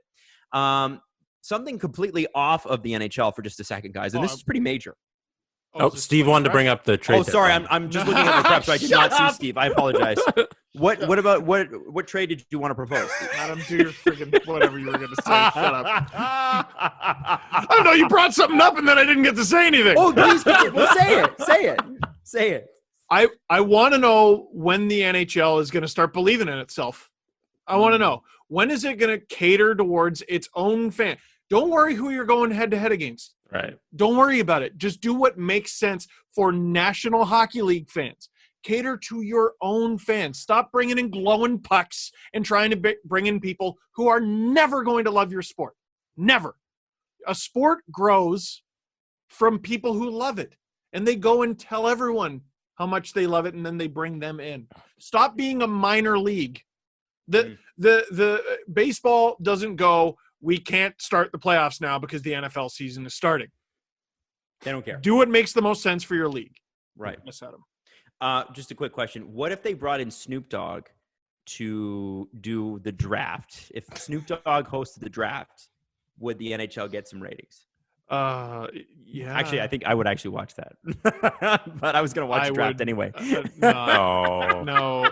Listen, No. anyone can be cute for 60 seconds. Yeah. To put him up there for – imagine Snoop Dogg announcing all, 230 picks or whatever it is. I want to see Snoop Dogg announce the 30th pick in round 5. Oh, please, no. Please, no. Oh, my God. No, thank you. Guys, completely am I allowed to move off this now? Yes. Okay, so let's move to the CHL. This is a pretty major story that if this was not a global pandemic, I think would be a much bigger story. It's a major story in that it's being completely unnoticed. However, it's very important to the future of the game. The CHL has settled a class action lawsuit over minimum wage payments. So the question has always been, are these guys in the CHL student athletes, i.e. like the NCAA, which by the way is also debatable, or are they students who are involved in a for-profit league? Now, pretty sure you know where I stand on that. Here's where the court stood. In an open letter, the CHL says it has agreed upon settlement for a total of $30 million, and several sources say each CHL team, that's a major money for the CHL. Each CHL team will be responsible for paying approximately $250,000 in damages. Each club. Some clubs can handle that easier than others, but it is not an insignificant amount at a time when COVID-19 is shutting down everything. The total team payouts will amount to approximately $15 million, according to sources close to the league. So in 2017, Dan Robson reported for Sportsnet that they were seeking $180 million in back wages, overtime pay, vacation pay, and punitive damage. So compared to what they went in at $180 million. They ended up paying 30, which is pretty for class action suits. It's usually like if you win, it's like 10%, right? Usually that's what it comes down to. So it's going to be very, very small. But my question is, if the league has settled this, how do they move forward? If the CHL has settled this, how do they then move forward and not pay these guys? And I know that room and board and all that stuff. But in all honesty, how do you move forward after settling a lawsuit for minimum wage and not pay the players minimum wage? That's what's always fascinating to me when these class actions come to a head, is they pay out all this money and then nothing changes. And you just prepare for the next one years down the line. There was a tweet from someone named Max Ross. Now, I don't know if this is the same Max Ross. I tried to look them up. Because they were tweeting about the WHL. There's a Max Ross who played in the WHL from 2008 to 2011 for the Lethbridge Hurricanes. I assume it's the same person. If it's not, I apologize. But they tweeted, 3 years in the WHL, approximately $8,500 salary, approximately $20,000 room and board, approximately $25,000 WHL scholarship, approximately $25,000 additional scholarships, equipment, travel, and food covered, opportunity to pursue an education and professional hockey. Explain to me why this isn't enough. #CHL lawsuit. So that's an interesting perspective from a WHL player who, like, we had Carly Agro on a long time ago, and we were talking about, like, our college athletes, you know, should they be paid or should they be able to pursue sponsorships and whatever. And she took a little bit of heat for being like, well, I was one of those athletes and I never wanted for anything. She was an NCAA goalkeeper. Yeah, in soccer. So that's basically what Max is saying here. I don't know. Like, I look at that and I go, man, is that $8,500 a year or in 3 years? Because neither is enough. No. Right. No. Like, neither is enough for your services. Like, you have to understand that if you're in the CHL or the NCAA, this guy played 137 games. So if you're in the CHL, let me ask you this. Fair to say that you're in the top 5% of hockey players on earth? Yeah. Maybe even the top 2%? Yeah. You're up there. So tell me why that's not worth money. And I'm not saying it's worth a lot of money, especially because the CHL is a junior league and it doesn't make the TV revenues that, like, there's certain, like London and Kitchener and some of those markets do quite well.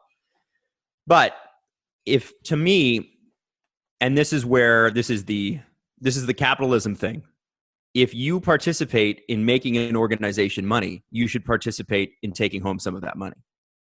Right. And I think the fact that people pay to go see them is the fact that it's worth money. You know, it's a business that's generating revenue, and in some cases it can be upwards of millions of dollars, like in the cases of like London Knights and those teams. So I don't see how it's not worth something to these kids to be compensated for that. And I also think there is something to be said for, it's nice that scholarships and all that stuff. There's also something to be said for, there's money in my bank account and I can choose to spend it any way that I want. Oh yeah.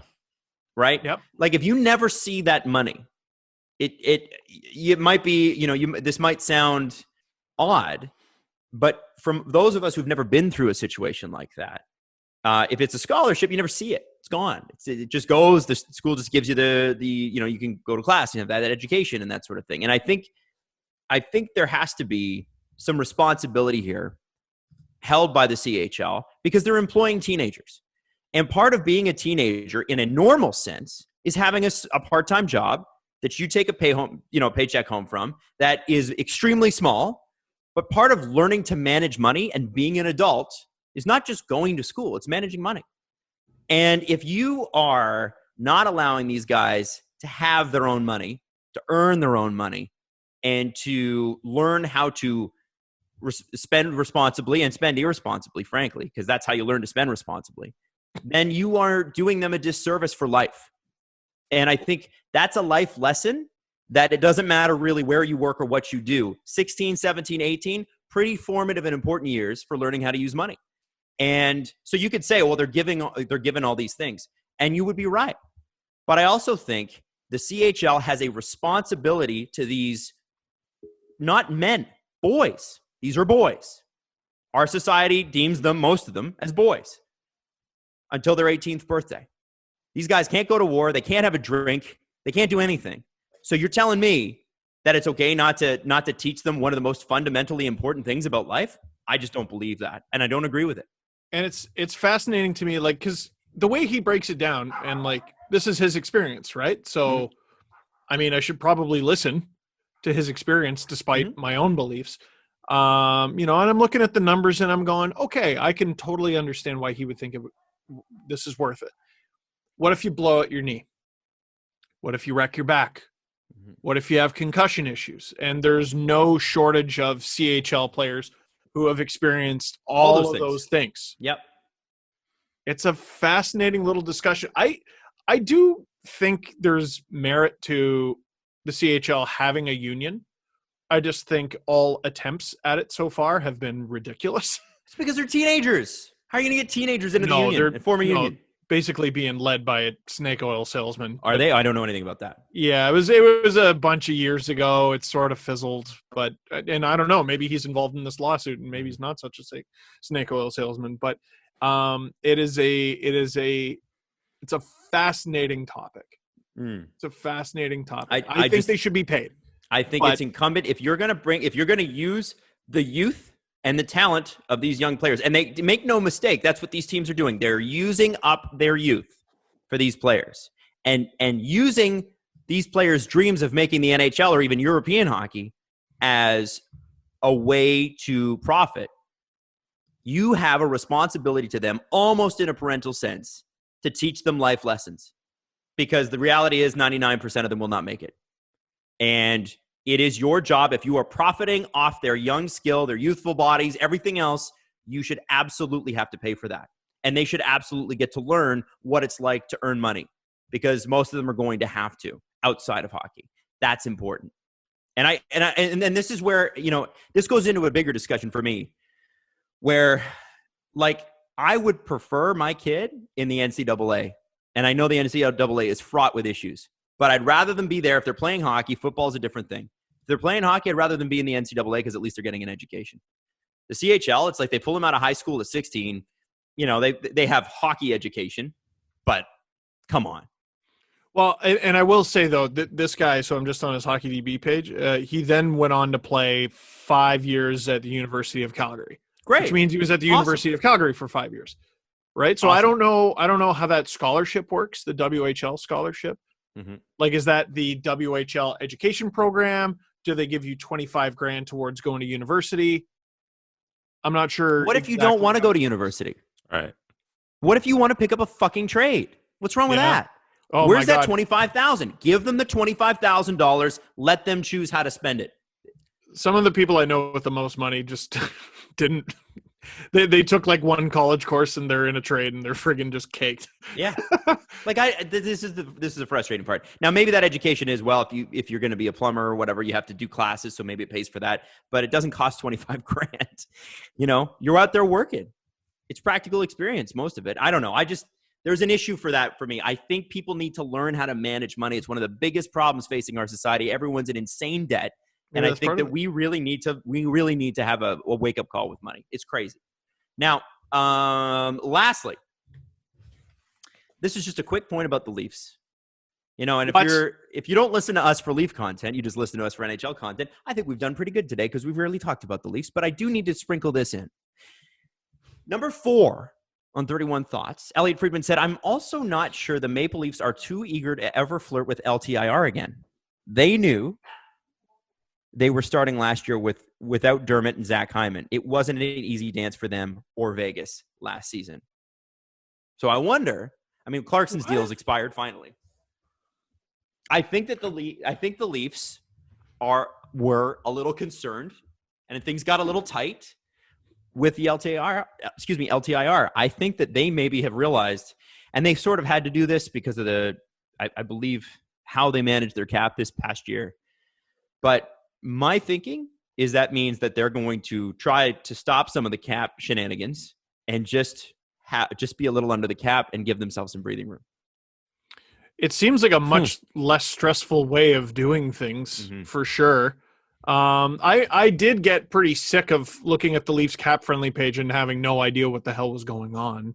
Mm-hmm. They were sort of this weird unicorn, and Vegas was in there. And look at all the moves the Leafs have made with Vegas in Vegas's very short time in the league. Mm-hmm. And a lot of it's been because of complete cap shenaniganery. And it's the way they did business is starting to alter the way they do business in all other aspects of the team, asking their rookies not to take bonuses. Well, what happened last time? The last time the Leafs didn't give a prominent guy on an entry-level contract bonuses. They paid for it. They paid for it. Mitch Marner held it over their head the entire contract negotiation, and you didn't give me this, so blah, blah, blah. And now that guy makes nearly $11 million a year. And you know who doesn't have any bonuses? Rasmus Sandin. And that's the contract he signed because they said you'll have an easier time making the show, kid. Now what happens in a couple of years when you got to re-sign Rasmus Sandin? They already burnt year one. Same thing. So at what point is this cost-saving measure actually costing you money? And I think this clever team pulled out their calculators and they figured out the answer is now. So we're going to stop. I just want to know why you employ a guy like Brandon Pridham then. You have a guy there who can just manipulate the calculators to do whatever he wants them to do. And I think if you're going to do that, you should take advantage of that and find any way to circumvent the cap however you want. Well, to that point, Jesse, I think that Brandon Pridham probably said to them, this isn't worth it. If he's the one who's crunching the numbers and then he says that doesn't work, then yes, then I trust that. Because that has to be what happens. But if it's somebody above him who's saying, hey, we want to calm down all this cap shenaniganery, then I have a problem with it. But if it's the people who are crunching the numbers who are making that decision, then I understand. So what you guys are representing here are the arts and the sciences. Jesse, you are the sciences. You are the hard numbers. You've brought that up. You just brought that point up. Steve was talking about the art of negotiation, the art of managing a team. The numbers are what the numbers are. Pull out your calculator. Here's the number. Make sure you know the rules, though, because there's still some NHL teams that don't know the rules. So if you're calculating on the wrong rules, then you're screwed. But the art of this is that players feel disrespected, especially the star players. And if they have major leverage going into a contract negotiation, which if you draft well, they should. If you great young players going to RFA, fantastic. That's a great problem to have. Those are good One thing you don't problems, want them to have is to feel disrespected. Right? That just puts roadblocks up. It closes people off. And you know what? Mitch Marner did deserve the rookie bonuses. Why not? If he earns them, great. Pay him out. But that was a Lou decision. And that was a Lou thing. And that's why Matthews didn't get signed till later in the summer, because they realized, oh, we're just not going to get him. He's just not going to play. He'll go back to Zurich. He's like, that was the most hilarious thing. I'm the first overall pick. Yeah. You weirdo, sign me. Like, what leverage do you have? I'm the first overall pick. Nobody has talked about this, but there should be an article written on how Austin Matthews beat Lou Lamoriello at the negotiating table. By being himself and armed with nothing else other than his skill set. So if Lou's this great negotiator, Lou should have got Matthews in at 925 and no bonuses. But he didn't. Because first overall pick. Because he's the first overall pick and he's great. Yeah. And would anyone give back the $3.5 million cap hit? No. Like Matthews put up a 40-goal season with it. Shut up. Mm-hmm. Shut up. He was worth every damn dollar. Yeah.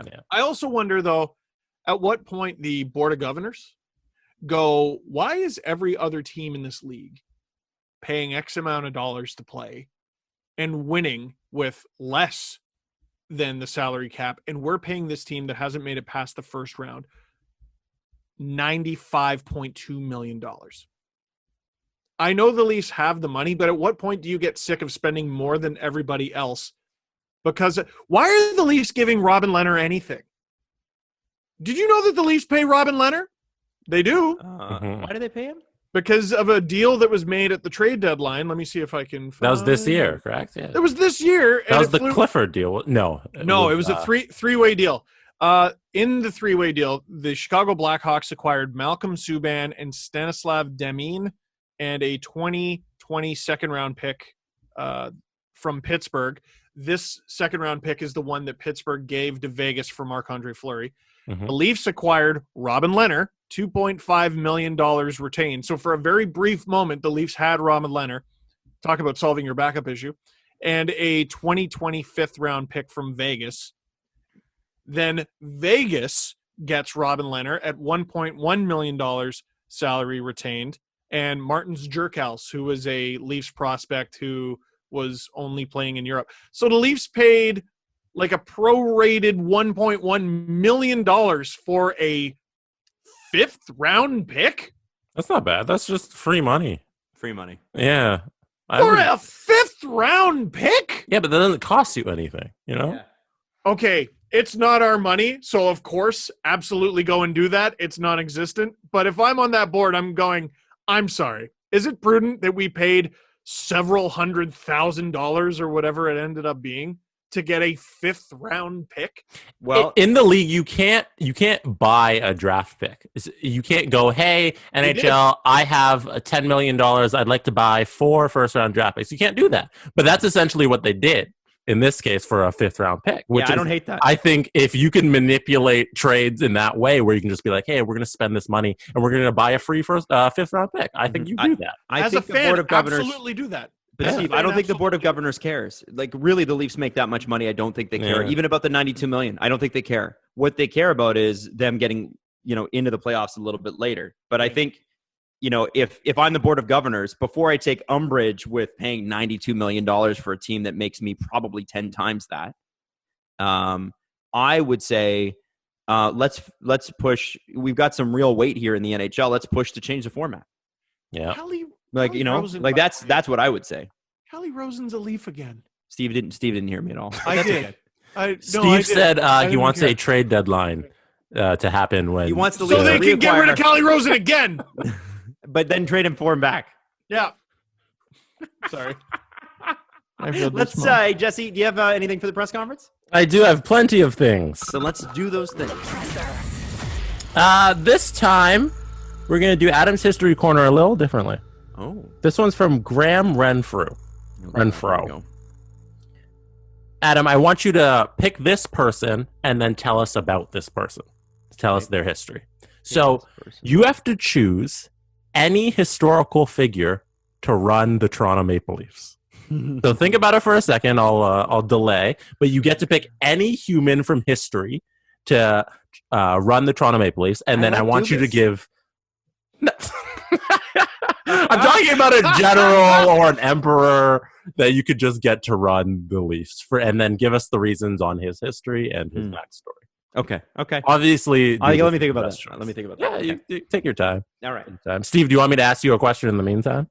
Sure. I'm just trying to picture some like ancient Greek emperor being like, so like you're explaining the rules of hockey to them. So what do you mean you can't stab them? If he's in my way, should I not simply stab him? Steve, there were no Greek emperors until Alexander the Great. Listen, Adam, all right. They were known for their democracy. Shut up, nerd. That's not Steve, this is your question. Yep. This is from Leafs_reflux on Twitter. Would you like to see the Leafs do something more creative out of their third jersey? I'm personally in favor of something really out there to have fun with it. What do you think, Steve? Yeah, well, what even is their third jersey? The St. Pat's?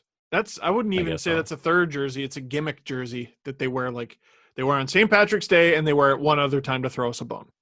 Sometimes. That is what I would like to see. I'd like to see it be the St. Pat's jersey. That's a sexy jersey, man. Give me the green version of it, too. I just want to see it. You want to see it in like October? Maybe not. No, you got to give me some time. Like you got to do it as like a Christmas treat or something like that. But it's a St. Patrick's Day jersey. Yeah, and then you wear it St. Patrick's Day as well. No, it's not a St. Patrick's Day jersey. It's a St. Pat's jersey that they wear on St. Patrick's Day. Right. Yeah, so I'd probably do that. What the Leafs are interesting in that, and I get why you're asking the question because they don't do the Captain Highliner like the Islanders did, or the randomly add red to their color scheme like the St. Louis Blues did. But they kind of just stick with what's worked for them historically. The Montreal Canadiens have not changed their jersey very much. In their centennial, they lost their mind a little bit with that random barbershop jersey or whatever. But I think the beauty of the Toronto Maple Leafs jersey is they've just always stuck to what they are. The St. Pat's jersey is just more of that. Wear that more. That's what I would do. Can I say something? What? Yes. Third jerseys are gimmicks, and they're for gimmick franchises. The New York Yankees don't change the pinstripe. Well, they have non-pinstripe jerseys. It either says New York or it says Yankees. That's it. There is home and away. Because they are the New York Yankees. That's right. Well, if the Leafs aspire to be that, and I know they do, leave it. No third jerseys. I don't even, here's this. I own a St. Pat's jersey. I love it. No. You are blue and white, and you are always blue and white. The Leafs are the Italian pizza place that you call up and you order what's on the menu, or they hang up. The Leafs are, for hockey, a globally recognized brand. Yeah. You don't need gimmicks. The reason the Islanders needed Captain Highliner is because they needed gimmicks to survive. And that's not because they don't have a hardcore fan base. It's because they didn't have very good economics. And I have to say, like, I'm not trashing the Islanders organization for doing that. But I think gimmicky shit is gimmicky shit. Leave that for gimmicky franchises. This is the Toronto Maple Leafs. They're over a century old. Steve, you said it perfectly. Montreal has never changed their jersey. It's always been the C and the H. The Leafs, unfortunately, went through a 40-year interlude where they had that weird, like, if you look at the Leafs jersey from 5 years ago, I can't believe how fucking ugly that thing was. Holy moly. But we went back. Yeah, that's so ugly. That's what my chair is made out of. Yeah. The old pajama they're jersey. Terrible. Yeah. Terrible jerseys. That logo, that Harold Ballard logo, is the one that they stuck with for 40 years. But It's awful. The logo they have now, which is harkens back to what they were when they were at their most successful. That's what it should be, and it should only be that.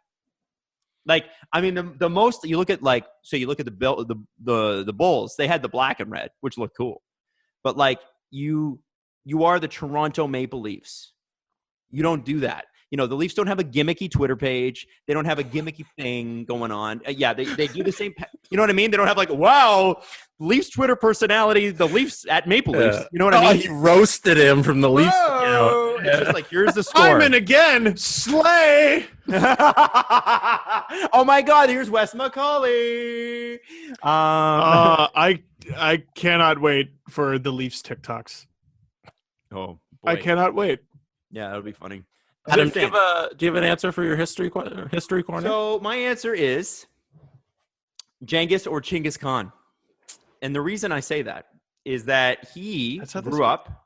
His father was killed by another clan's group when he was quite young. He and his family were destitute for years on the steppes, which is, the big plains in Asia.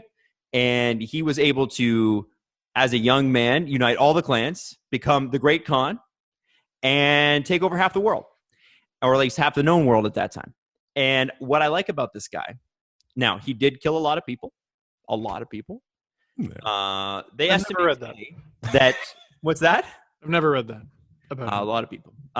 They estimate today that this guy also fathered a lot of people, and that I think he is responsible. There are 45 million direct descendants of Genghis Khan right now. Whoa. Which is bigger than Canada. More people than in Canada. That's how many, he had a harem that just followed him around. And it's not for any of those reasons. This guy was able to do the impossible thing. And the impossible thing in the NHL is the Leafs winning the cup. He burned it all down. He tore a swath through everything. He did not follow rules, protocols, anything else. This guy came in. He did things differently. They fought all on horseback. Each Mongol had about 4 horses. So the crazy thing about it is they'd show up to battle. They'd ride in on one horse and then get on another, fire a bunch of arrows, and then get off that horse and get on another horse and then do it again and keep doing it. Let the horses kind of catch their breath. So you have the Europeans. They all have one horse, and the horse gets tired and they're screwed. The Mongols are like, yeah, we're not even going to fight you with swords. We're just going to fire a bunch of arrows in your direction, and you'll be dead eventually. And that's what happened. And they were highly, highly successful. They did things differently. They burned it all down, and I want to see the Leafs do that. I want to see the Leafs go at the NHL like a bull, just blow it all up and win.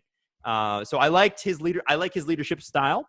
I don't like the whole genocidal angle of Genghis Khan. So if we could ignore that for the purposes of this exercise, that would be great. Hey, do you want to beat Brad Marchand? Yeah. Do you want to defeat him in the playoffs? Yeah. Do you want to make him sad and make him cry? Yeah. You want to pour molten silver down his throat at center ice? All right, now that's too far. Probably not. No, that's way too far. Also, I want to cheer for him when Team Canada plays again. Yeah. So can we not, then you would have to, you got to manage personalities, though. You got to be like, listen, Mr. General Manager Khan, you cannot murder the opposition. Yeah. It's frowned upon, frankly. Yeah. George Peros might give it a fine, a $5,000 fine. Yeah. It's max allowable under the CBA. Listen, don't come at me. It's about the CBA. It's not his fault. But Steve, if you get a fine, you do get a free T-shirt. Wow. Well, it's a nice there is little, that. Nice. Thanks for showing up. There is that. Jesus. Jesse, go ahead. Next question. Adam, do you want to do the Falkland Wars between the where Argentina fought England? And England? Can you give us island off the coast of it's so stupid. Okay, so I don't know why it's stupid. Tell me. So from what I understand at the time, Argentina had. Also, forgive me if I'm wrong. Before you started, I just want to say this question is from Stephen Perez. He wants to give a brief rundown on the Falkland Wars between England and Argentina. Thank you. Okay. So the Falkland Islands are islands off the coast of South America. They've been in British hands for, I think, 200 or 300 years. My Argentinian history is a bit spotty, but from what I can remember, they were under a bit of a despotic ruler government at the time. And from, if I'm not mistaken, they thought England, which if you watch The Crown, was a bit weak at that time. They'd lost most of their overseas holdings. They had trouble keeping the lights on. Have you guys seen the most recent episodes of The Crown, like the last season? I do not watch that show. Okay, well, it's a good show. I saw the first season for sure. The prime minister went to war with his own unions, and they had a whole bunch of coal-fired power plants, and then they just stopped producing coal, so they had to, including in the palace, just shut off the lights and have rolling blackouts until they figured it out. So the Falkland Wars, I think, were in the late 70s, early 80s. England had fallen enormously, since World War II in terms of world statute and power. And I think Argentina tried to take advantage of that and take over the Falkland Islands, which they believe are theirs. And England said, no, they're not. And that was pretty much the end of it. It was sort of, it's a second-rate power versus still a first-rate power, but on the decline. And from what I know, and I don't know much, it was over pretty quickly. So that's all I know. England pretty much wiped the floor with them. But you would expect that, right? That's so weird. That like reminds England versus Argentina, right? It's like a weird, really? That's like a real life version of what's the hardest you've ever fallen for an April Fool's prank? Because I fell for a radio one when I was in my early teens. So I was still a kid. What was it? I think it was on, I want to say it was AM 640. And do you remember? So Canada has a huge bunch of islands way up north. And supposedly, I think it was Denmark was on this one island, a Canadian-owned island. And Canada's Navy went up to it and were like, hey, get off our island. And they were like, well, you weren't here.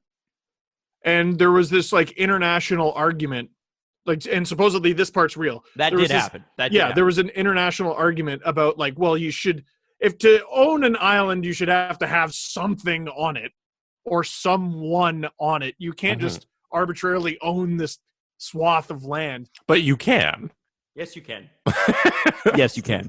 By the way, yes, you can. You literally can. No, yeah, but that was the argument. Stupid argument. But anyway. That was the argument. That was the argument. So then this radio station made it so that a Canadian naval ship was going up to that island, and Denmark fired at it.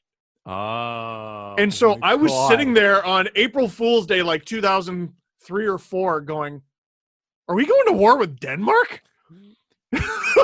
I actually thought, I'm so stupid. Yeah, you can't do that on the radio anymore. You'd get in big shit for that. No, this was a different time. But there was like I didn't have a cell phone, but if I did, I would have been like, Mom, Mom, I think we're going to war with Denmark. I don't know if this is a hot take, but April Fool's Day is the worst thing in the world. I hate it. I think it's pointless and useless, and it diverts people's attentions away from things that are actually important. I would agree with that. And I would say that close second is New Year's. New Year's is a pain in the ass. Sucks. Isn't it just sucks. Yeah. I want to be away from people at that point. I've just spent a whole week with my family. And now, can you just give me a minute? For God's sakes. That's why I stay in.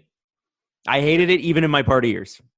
Do not like New Year's. Like I you know what? The one time I had fun at New Year's, Jesse, when you had your New Year's Eve party. That was fun. That was a good year. It was good people. It was in his little party room in his condo. It was great. Most New Year's, you come out of it being like, that party was You know, like it's kissing at midnight. So overhyped that it never lives up to the hype. Mm-hmm. You know, and the parties are never as fun as they can be. And you're always drained at that time of year, like you said, Adam. Oh. Christmas. Yeah. You could have a good one. Oh, for sure. The amount of meh ones just so heavily outweighs the good ones. Yeah. Yeah. Yeah. A good New Year's for me is like having a pizza and having a drink and sitting back and watching the big New Year's Eve party in New York. That's fun for me. Mm-hmm. That was, so we figured out, and this is advice to you young kids out there. Advice to any of you who, when you get out of this, are going to be going through the bachelor party phase of your life, Mm-hmm. right? So we discovered this too deep into our bachelor party phase of our life. One night, probably at the end, that is your gentleman's night. You sit and watch something like gentlemen. You have a steak like gentlemen and a glass of scotch like gentlemen. Not hammered out of your face. You just have a gentlemanly I like night. that idea. I like that. It's nice. It's the best. It's the best. You get it out of your system. Like, let's say they average 3 days. You do your 2-day thing, and you have your gentleman's night. Or if you're going to have your one party hit the town, do that. But I highly recommend you have a gentleman's night at home. And an extended trade deadline. Sorry? And an extended trade deadline. You absolutely should have an extended trade deadline. What are you talking about? Have you guys been to Vegas? Never. Yes. Never? Once. How was it? Once. I almost missed my flight home. Oh. That good. It was Vegas is great because you have the shame of showing up to the airport hungover, and then you get there and everyone else is too, so you don't feel bad. Right. Was this for the NHL awards? This was for the NHL awards, and I got very drunk. All right. Did you hit the strip? No. Can you tell us some stories, Steve? Sure. No, I got invited to I got invited to shut up. I got invited to one of those ridiculous after parties it's okay. If anyone's ever seen the movie Euro Trip, when they walk into the club in Bratislava, like it's one of those places where I didn't know a party this big in a room this big existed. Top 5 most famous people in that room. Whoa, good question, Jesse. There were a lot of NHL players there.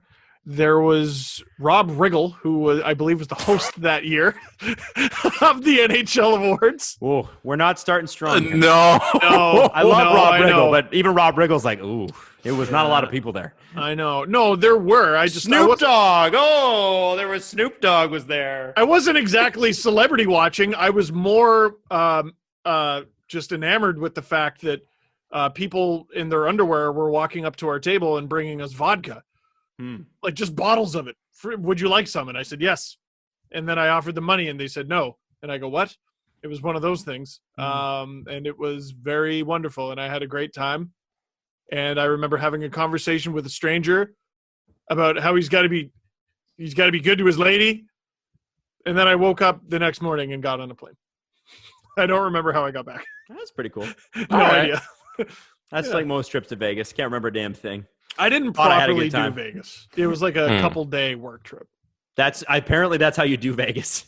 Is a couple days max. Maybe go see a show. I did not feel ripped off. Okay. I did not feel like I have not seen enough of Vegas. Okay. Hockey Lake 72 asks, there are 4 sports that exist right now: Korean baseball, UFC, Bundesliga, and NASCAR. Are you watching, or do you plan on watching any of those 4? Bundesliga. Yeah, I think I might get into Bundesliga.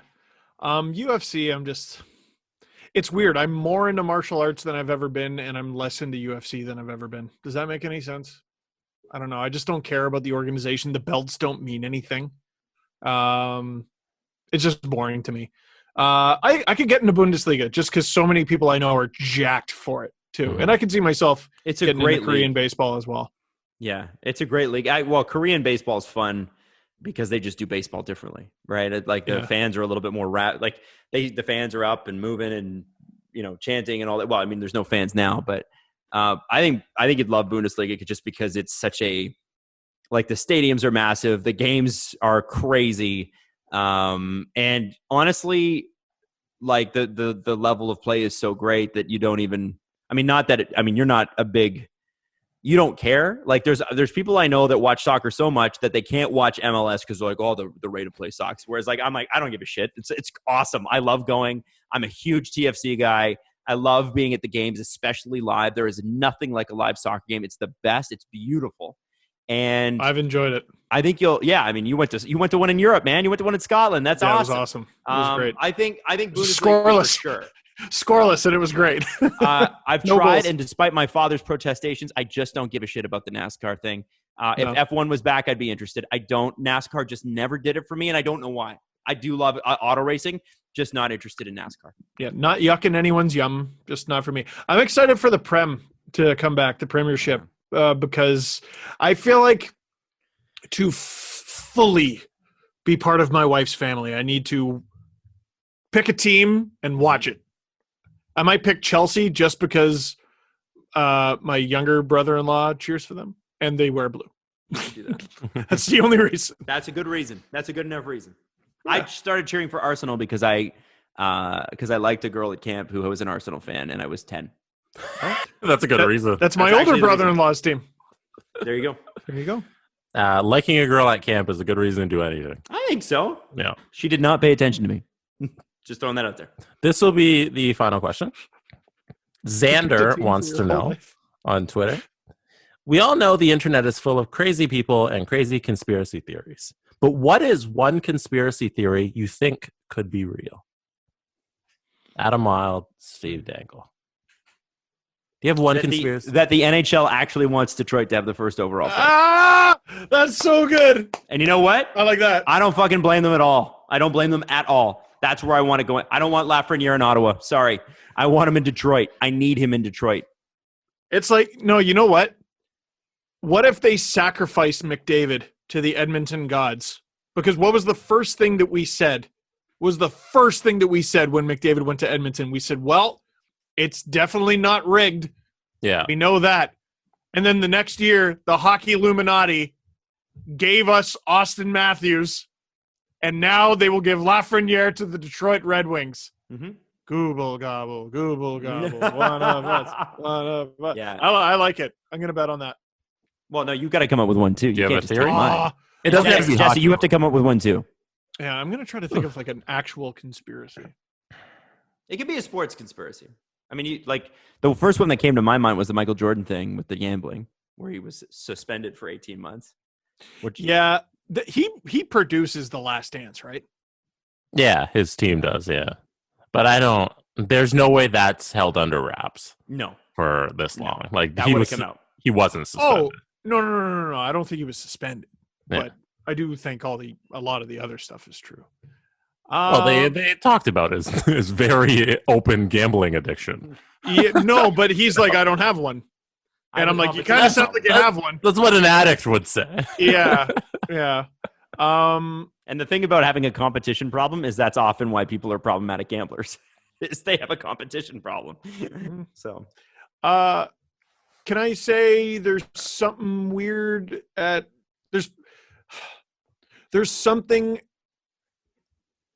Why is Area 51 still so secret? Let me say that. Also, I don't know if aliens are a conspiracy theory anymore because we're just so desensitized that the Pentagon friggin' announced that here's a thing that we couldn't identify in the sky flying a few weeks ago, and none of us cared. yeah. Well, I mean, guys, I put your religions aside for a second. I don't have one to put aside. Yeah, there's fucking aliens, you idiots. Yeah, just are you scientifically, Of course there is. is other life forms in just the simple sense Yeah, that there's a bacteria. universe, and that bacteria will exist on a planet 100 million light years away from here. Like that's just science. I don't know if there's a Bible verse that says also there's no aliens. So I know it's funny because that's the thing is that people are like, well, that could upset the apple cart with religion, and I'm like, no, it couldn't. Like, there's nothing that says, and God said, fuck off to all the other planets. Like, really, you never, there's nothing about that. Yeah. Anyway, So yeah, I'll say there's something fishy about Area 51, man. That's what I'll say. wow, what I got take. one. You put me on the spot. I don't know what to say. I'm not gonna say Jimi Hendrix is alive or something like that. Like Tupac. I don't know Tupac. Tupac's on an island somewhere. You know what? Although, If he is, how good many for him. people have produced more albums dead than alive? Teenage Biggie? me thought Tupac Biggie was too? alive. Okay. Did he? Teenage me definitely thought Tupac was alive. Yes. Oh my god. Yeah. Well, got you know one. what? If he has been on an island this long, what has he really missed? Like, honestly, much. Quite a Not bit. much. You think? A global There's Netflix pandemic, now. something. Yeah. Yeah. iPhones. I'd prefer to miss it. Anyway. You missed Okay. iPhones. That the amazing thing about 2020 is if Tupac were to come back, it would be with a Netflix series, Yeah. Yeah. a true. Netflix documentary. Here's all the cell phone footage that I've been taking, like since I've been gone, and his cell phone is this big. It's just, I don't know. Jesse, please continue. My conspiracy theory that I think everyone would agree with is that Jeffrey Epstein had some help in killing himself. Yeah. Yeah. I don't even think he killed himself, man. I think there was too much that he knew about too many people. Like, are you kidding me? They can't find we can't find the security tapes. He was only in a max security. Are you kidding me? Man. Damn. 100 years from now, it's going to be released. What the hell happened there? 100. Yeah. That's always something. It's like, oh, we found out 100 years later. I don't think So we won't be anytime around, soon. but Yeah. I'll be looking down from heaven or whatever and going, you know what? Freaking, I knew it. Oh, you'll be looking down from now. You have a religion now. Oh, okay. Wow. Listen. Wow. I have my I own get religion. it. I see. I have my own Wow. religion, and it suits me. Thank you very much. That's not. Don't impugn my beliefs. No, Thank you. No. No. Anyway, yeah, you're right, Jesse. I think it's it. Here's- So here's is my that beliefs. it for today? I'm having tacos tonight. That's it. That's my beliefs. Okay. Well, Steve, let me ask you a question. Do you have any sportsy things that you would like to promote before we go? What are you doing with the net of sports? We are. I can say we are officially working on the Lindros trade tree. Whoa! I'm excited. You mean I- the hold on, going into Philly or leaving? No, going into Philly. Going into Philly. Okay. If there's a bigger trade in NHL history, I don't know what it is. Mhm. I was sent half of it. If I did a video on half of it, it would be at least twice as long as any trade tree we've ever done. This video might honestly be an hour long. Wow. It will easily be the longest video I've ever done. Man, I'm excited for this. There's no way it's any shorter than half an hour. What? I can't Wow. wait. I don't know when we're It's gonna like do a documentary, man. Yeah, I don't know when we're gonna do this one, but the reception for the Dangets and the trade trees has been so good that we're gonna ramp up production. So we're gonna keep those going. Oh, the Sunday night stream, we're not doing that this week, but I think Okay. it should be back next week. All right. Well, And there it is. Well, thank you so much for listening. We will be back Wednesday afternoon, like usual. Sorry for the odd days this week. Obviously, we had some stuff going on, but we'll see you Wednesday, and hopefully at that point, I hope. And then, what do we think? The next couple weeks, do we get confirmation from the NHL that this is happening? No. Not Not in till the next couple weeks? Not till like late May or early June, I'm guessing. They still got time here. I want it so bad. I'm going to say tomorrow because we're recording today. Okay. Fair enough. Steve, wrap us up like you would on YouTube. It's tomorrow's a holiday. I don't Yeah. think Yep. break news. Yep. All right. Is it?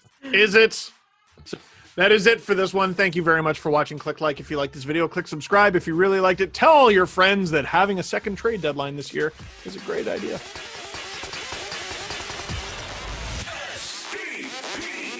The Steve Dangle Podcast. Follow the guys on Twitter at Steve_Dangle, at Adam WYLDE, and at Jesse Blake. Brought to you by Panago Pizza. Order at panago.com and stuff your face with deliciousness. Connection complete.